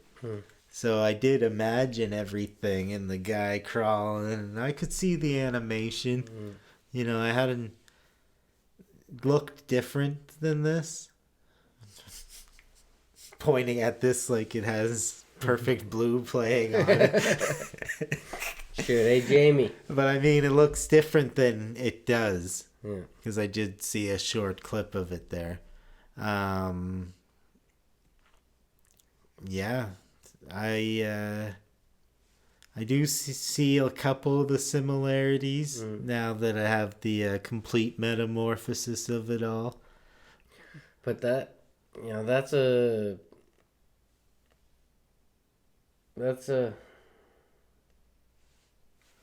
Is that real or? I don't know. It's kind of a Perfect Blue, isn't it? Okay. The double twist Yeah. Sounds like yours had better twists. Mine didn't No, that's what I mean is that, like, when they wrote that into a script, Yeah. do you think they're like, we need to make it a little more filmy? Because it's, like, pretty tropey, the villain the whole time. The antagonist isn't the real antagonist. Yeah. Sometimes it's your closest friends. I can see how, like, Rumi just, is a friend the whole way through here. Strange. Like, I thought the whole time that it was still going to end up being Rumi. Yeah, they figured out how to make the twist for the movie. Mima's kind of going after Rumi in the novel. Mm-hmm. So it seemed like at the end it could be her the whole time. Yeah. But yeah, very interesting, and I loved the red herring of. So he was just amounted to nothing. Them saying that she never acted. Yeah. That was like, and I'm pretty sure she did act, and that was just a dream sequence of that she never did that. That's what I believe. Yeah. But what a great scene to just add and really make, like, Shutter Island all the way. Yeah. I just recently, someone said that Shutter Island was their favorite movie. And I told them the alternative theory on the ending, and they're like, what? Like, never heard it. And I was like, go watch the movie again. Because when I heard that, it made the movie so much better. Yeah. And I do believe that it was them fucking with her, or fucking with him the whole time. Like, that he actually was the detective, not that he was the crazy person. Yeah. Yeah. Well, they did lead you down that road in Shutter Island. Didn't have full faith in them. Like, you felt like there was some truth to it. Yeah. It's not all the makings of a wacko. And another thing was, this really reminded me of Faye Wong, who was in Chungking Express. Chungking Express came out a year after the novel, and it's weird because, it's almost like the timing is too good for it to be inspired by her in any way, unless they know each other or something like that. But Faye Wong is in the Guinness World Records for best-selling cantopop artist. But in 1991, she moved to New York, away from Hong Kong, and felt very lost, and got into acting. And Chungking was a year later. But there's a lot of parallels between Faye Wong's story and Mima's. So I found that very interesting. And seeing a lot of parallels between Faye Wong and Mima's character. Yeah. And Chungking Express is a very interesting film. You said you saw most of it. A film that I would be happy with bringing here to Tired Masterminds. Yeah. One of Quentin Tarantino's favorite films. Yeah, very important. He actually does an intro on the DVD of Chungking. I'd like to see that, actually. But I think that all in all, this film, was probably one of the better animes or just animated features that I've watched. I think that this would be one of the darkest films. If this was a live action, there'd be so many people talking about this film, hating this film, probably thinking it's too graphic and all this kind of stuff. Yeah. It would have been a mind bender. Like, psychological thriller would be up there with like the best, I think. And sometimes people, great films can get dulled down because they're animated, that they just see it for animation. Mm-hmm. And you can't quite put it in the same category as all the other films. Yeah. It's similar to like Simpsons and South Park, for instance, are looked at as like low class or low intelligent like humor. Yeah. But they are lowbrow humor, thank you. But they have to be some of the most intelligent parodies on modern life. Oh, yeah. That, like, even live action sitcoms can't beat them. Can't match it. Like, the post-COVID ones. These, like, Matt Groening and Matt Stone are both fucking genius writers. Oh, speaking of which, and they can get lost in the sauce. The latest Treehouse of Horrors has an anime part in it. Really? In the trilogy, yeah. That's funny. I thought you were going to say has animation. I was like, oh yeah, guy. Yeah.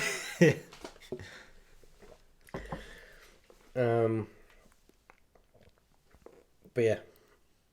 So what do you think about like storyline, but just like the novel as a whole? Like, what do you think about what's the writer's name again? Yoshikage. Okay, so what do you think about Yoshikage's writing? Because you're well versed in writing. It was like a 6 out of 10. You're well versed in reading. Yeah, true enough. Like a 6 out of 10, maybe. Yeah. Maybe a high 5. It's like, but to be fair, this was translated by someone as well. Like it originally came out and it was only Japanese. So there could have been a little bit lost in that. Yeah. But yeah, like there's a lot of stuff that was like made me laugh, which is fun. Especially like my biggest gripe is all that stuff where they went out to say with the power at the end. They lead me all the way to this scene and then I become extremely perplexed. And that's the one thing that I really had to go look at and try and look up afterwards, like looking on Goodreads, like at the reviews, like anyone else get an axe to grind with this damn nonsensical power? Like he says, yeah, like no power, but there's a little bit of power. He says he brought a generator specifically just so he could light up some area, just so when he made all his incisions you could see a little bit. But then it's comes on at a real like miracle moment, and then it's still not on in other places, and then the breaker gets hit after, and that part really took me out of it for some reason. But you know what is decent overall? I was really interested in like the subject matter. And just like the way they talked about being idols and stuff. Yeah. And it's just so funny with the photo book and my fans will do this. And then the other guy who is like, oh yeah, like I don't want you to change. Like he's so one-dimensional like that. And all he does is like that and like cut up his own face and other people's faces and be like, I'm gonna save you whatever it takes, I don't want you to change.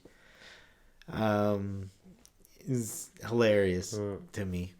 So there's the parallels with that. The stalker definitely didn't want Mima to go through with all this kind of slutting herself out because he obviously held her at such a high standard. It does have an after forward as well. I found it interesting because, the stalker technically didn't kill anyone. Yeah, mine definitely had a body count. 2. Yeah, and he was kind of being wrong too. He was getting led on. He thought that he was talking to Mima on the internet. And, it's kind of choppy, so I think it'd be hard to follow in a book, but I don't know. I it's not that I don't like the story of the novel, but it's very, like, one-dimensional compared to all these. You can tell, like, where that was released 6 years later or whatever. And I guess there's really a lot of time for it. Step their game up. Yeah, for the soup to settle there and figure out what would be, like, problematic. Like, I can see how this would be a little rough, but to me it is weird hearing that you don't get to see him, like, doing his forearm, just switching the meat for, like, a young girl's arm. And I was like, well, how can they not put that in? Yeah, I think it's almost like they're making him more sympathetic. Like, he's no worse than the photographer. Yeah. And, But it is, I guess, bad form to just be going back and forth with the bad guy when he's just like... He's like an incel, kind of. And no one can see his face. That's annoying. Like, you can probably see some of his face. Yeah, like when they go to the vending... I've really had a problem with everything, if you break it down. Yeah. No, I can't wait to... I think you'll be pleasantly surprised when you watch the film in entirety. I've almost... I gotcha, because now I spoiled the movie for not our audience, but you too. And Phil's here. This is Adam's Fools. Yeah. But I think this was a brilliant idea. Yeah. A great first episode back. Yeah. I'm glad to be back in Tired Masterminds. Can't wait to bring more content. Hopefully, you guys can throw a couple gems in the comments, and we won't be able to get to everyone. Yeah. But we'll pick some of the most interesting ones and please one of the 4 of you. Yeah, and you can borrow this from the Halifax Library. I'm going to send it back there pretty soon. I grab you by the ear bags. Yeah. Or get Dave's Shutter, and you can watch the movie. Yeah. Email his us password Dave's is...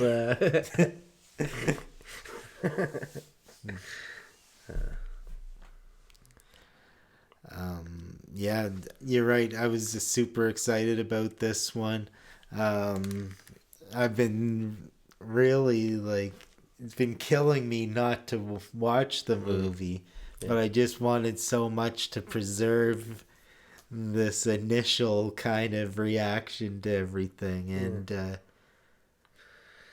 I'm surprised how different it is. I've never seen anything like this done on a podcast, or I've seen movie reviews. I'm sure there's reviews on novels. I've never seen someone go back and forth dissecting the similarities and the differences. Yeah. And, I hope to keep doing some experimental stuff like this and keep it energetic and keep you guys guessing. Yeah, fuck yeah. Yeah. So, until next time. I think that's why the on-air sign's flickering. It's getting late. I'm tired. Yeah. We started early and still ended up late. Yeah, heck yeah. Light bulb, bitch. Yeah.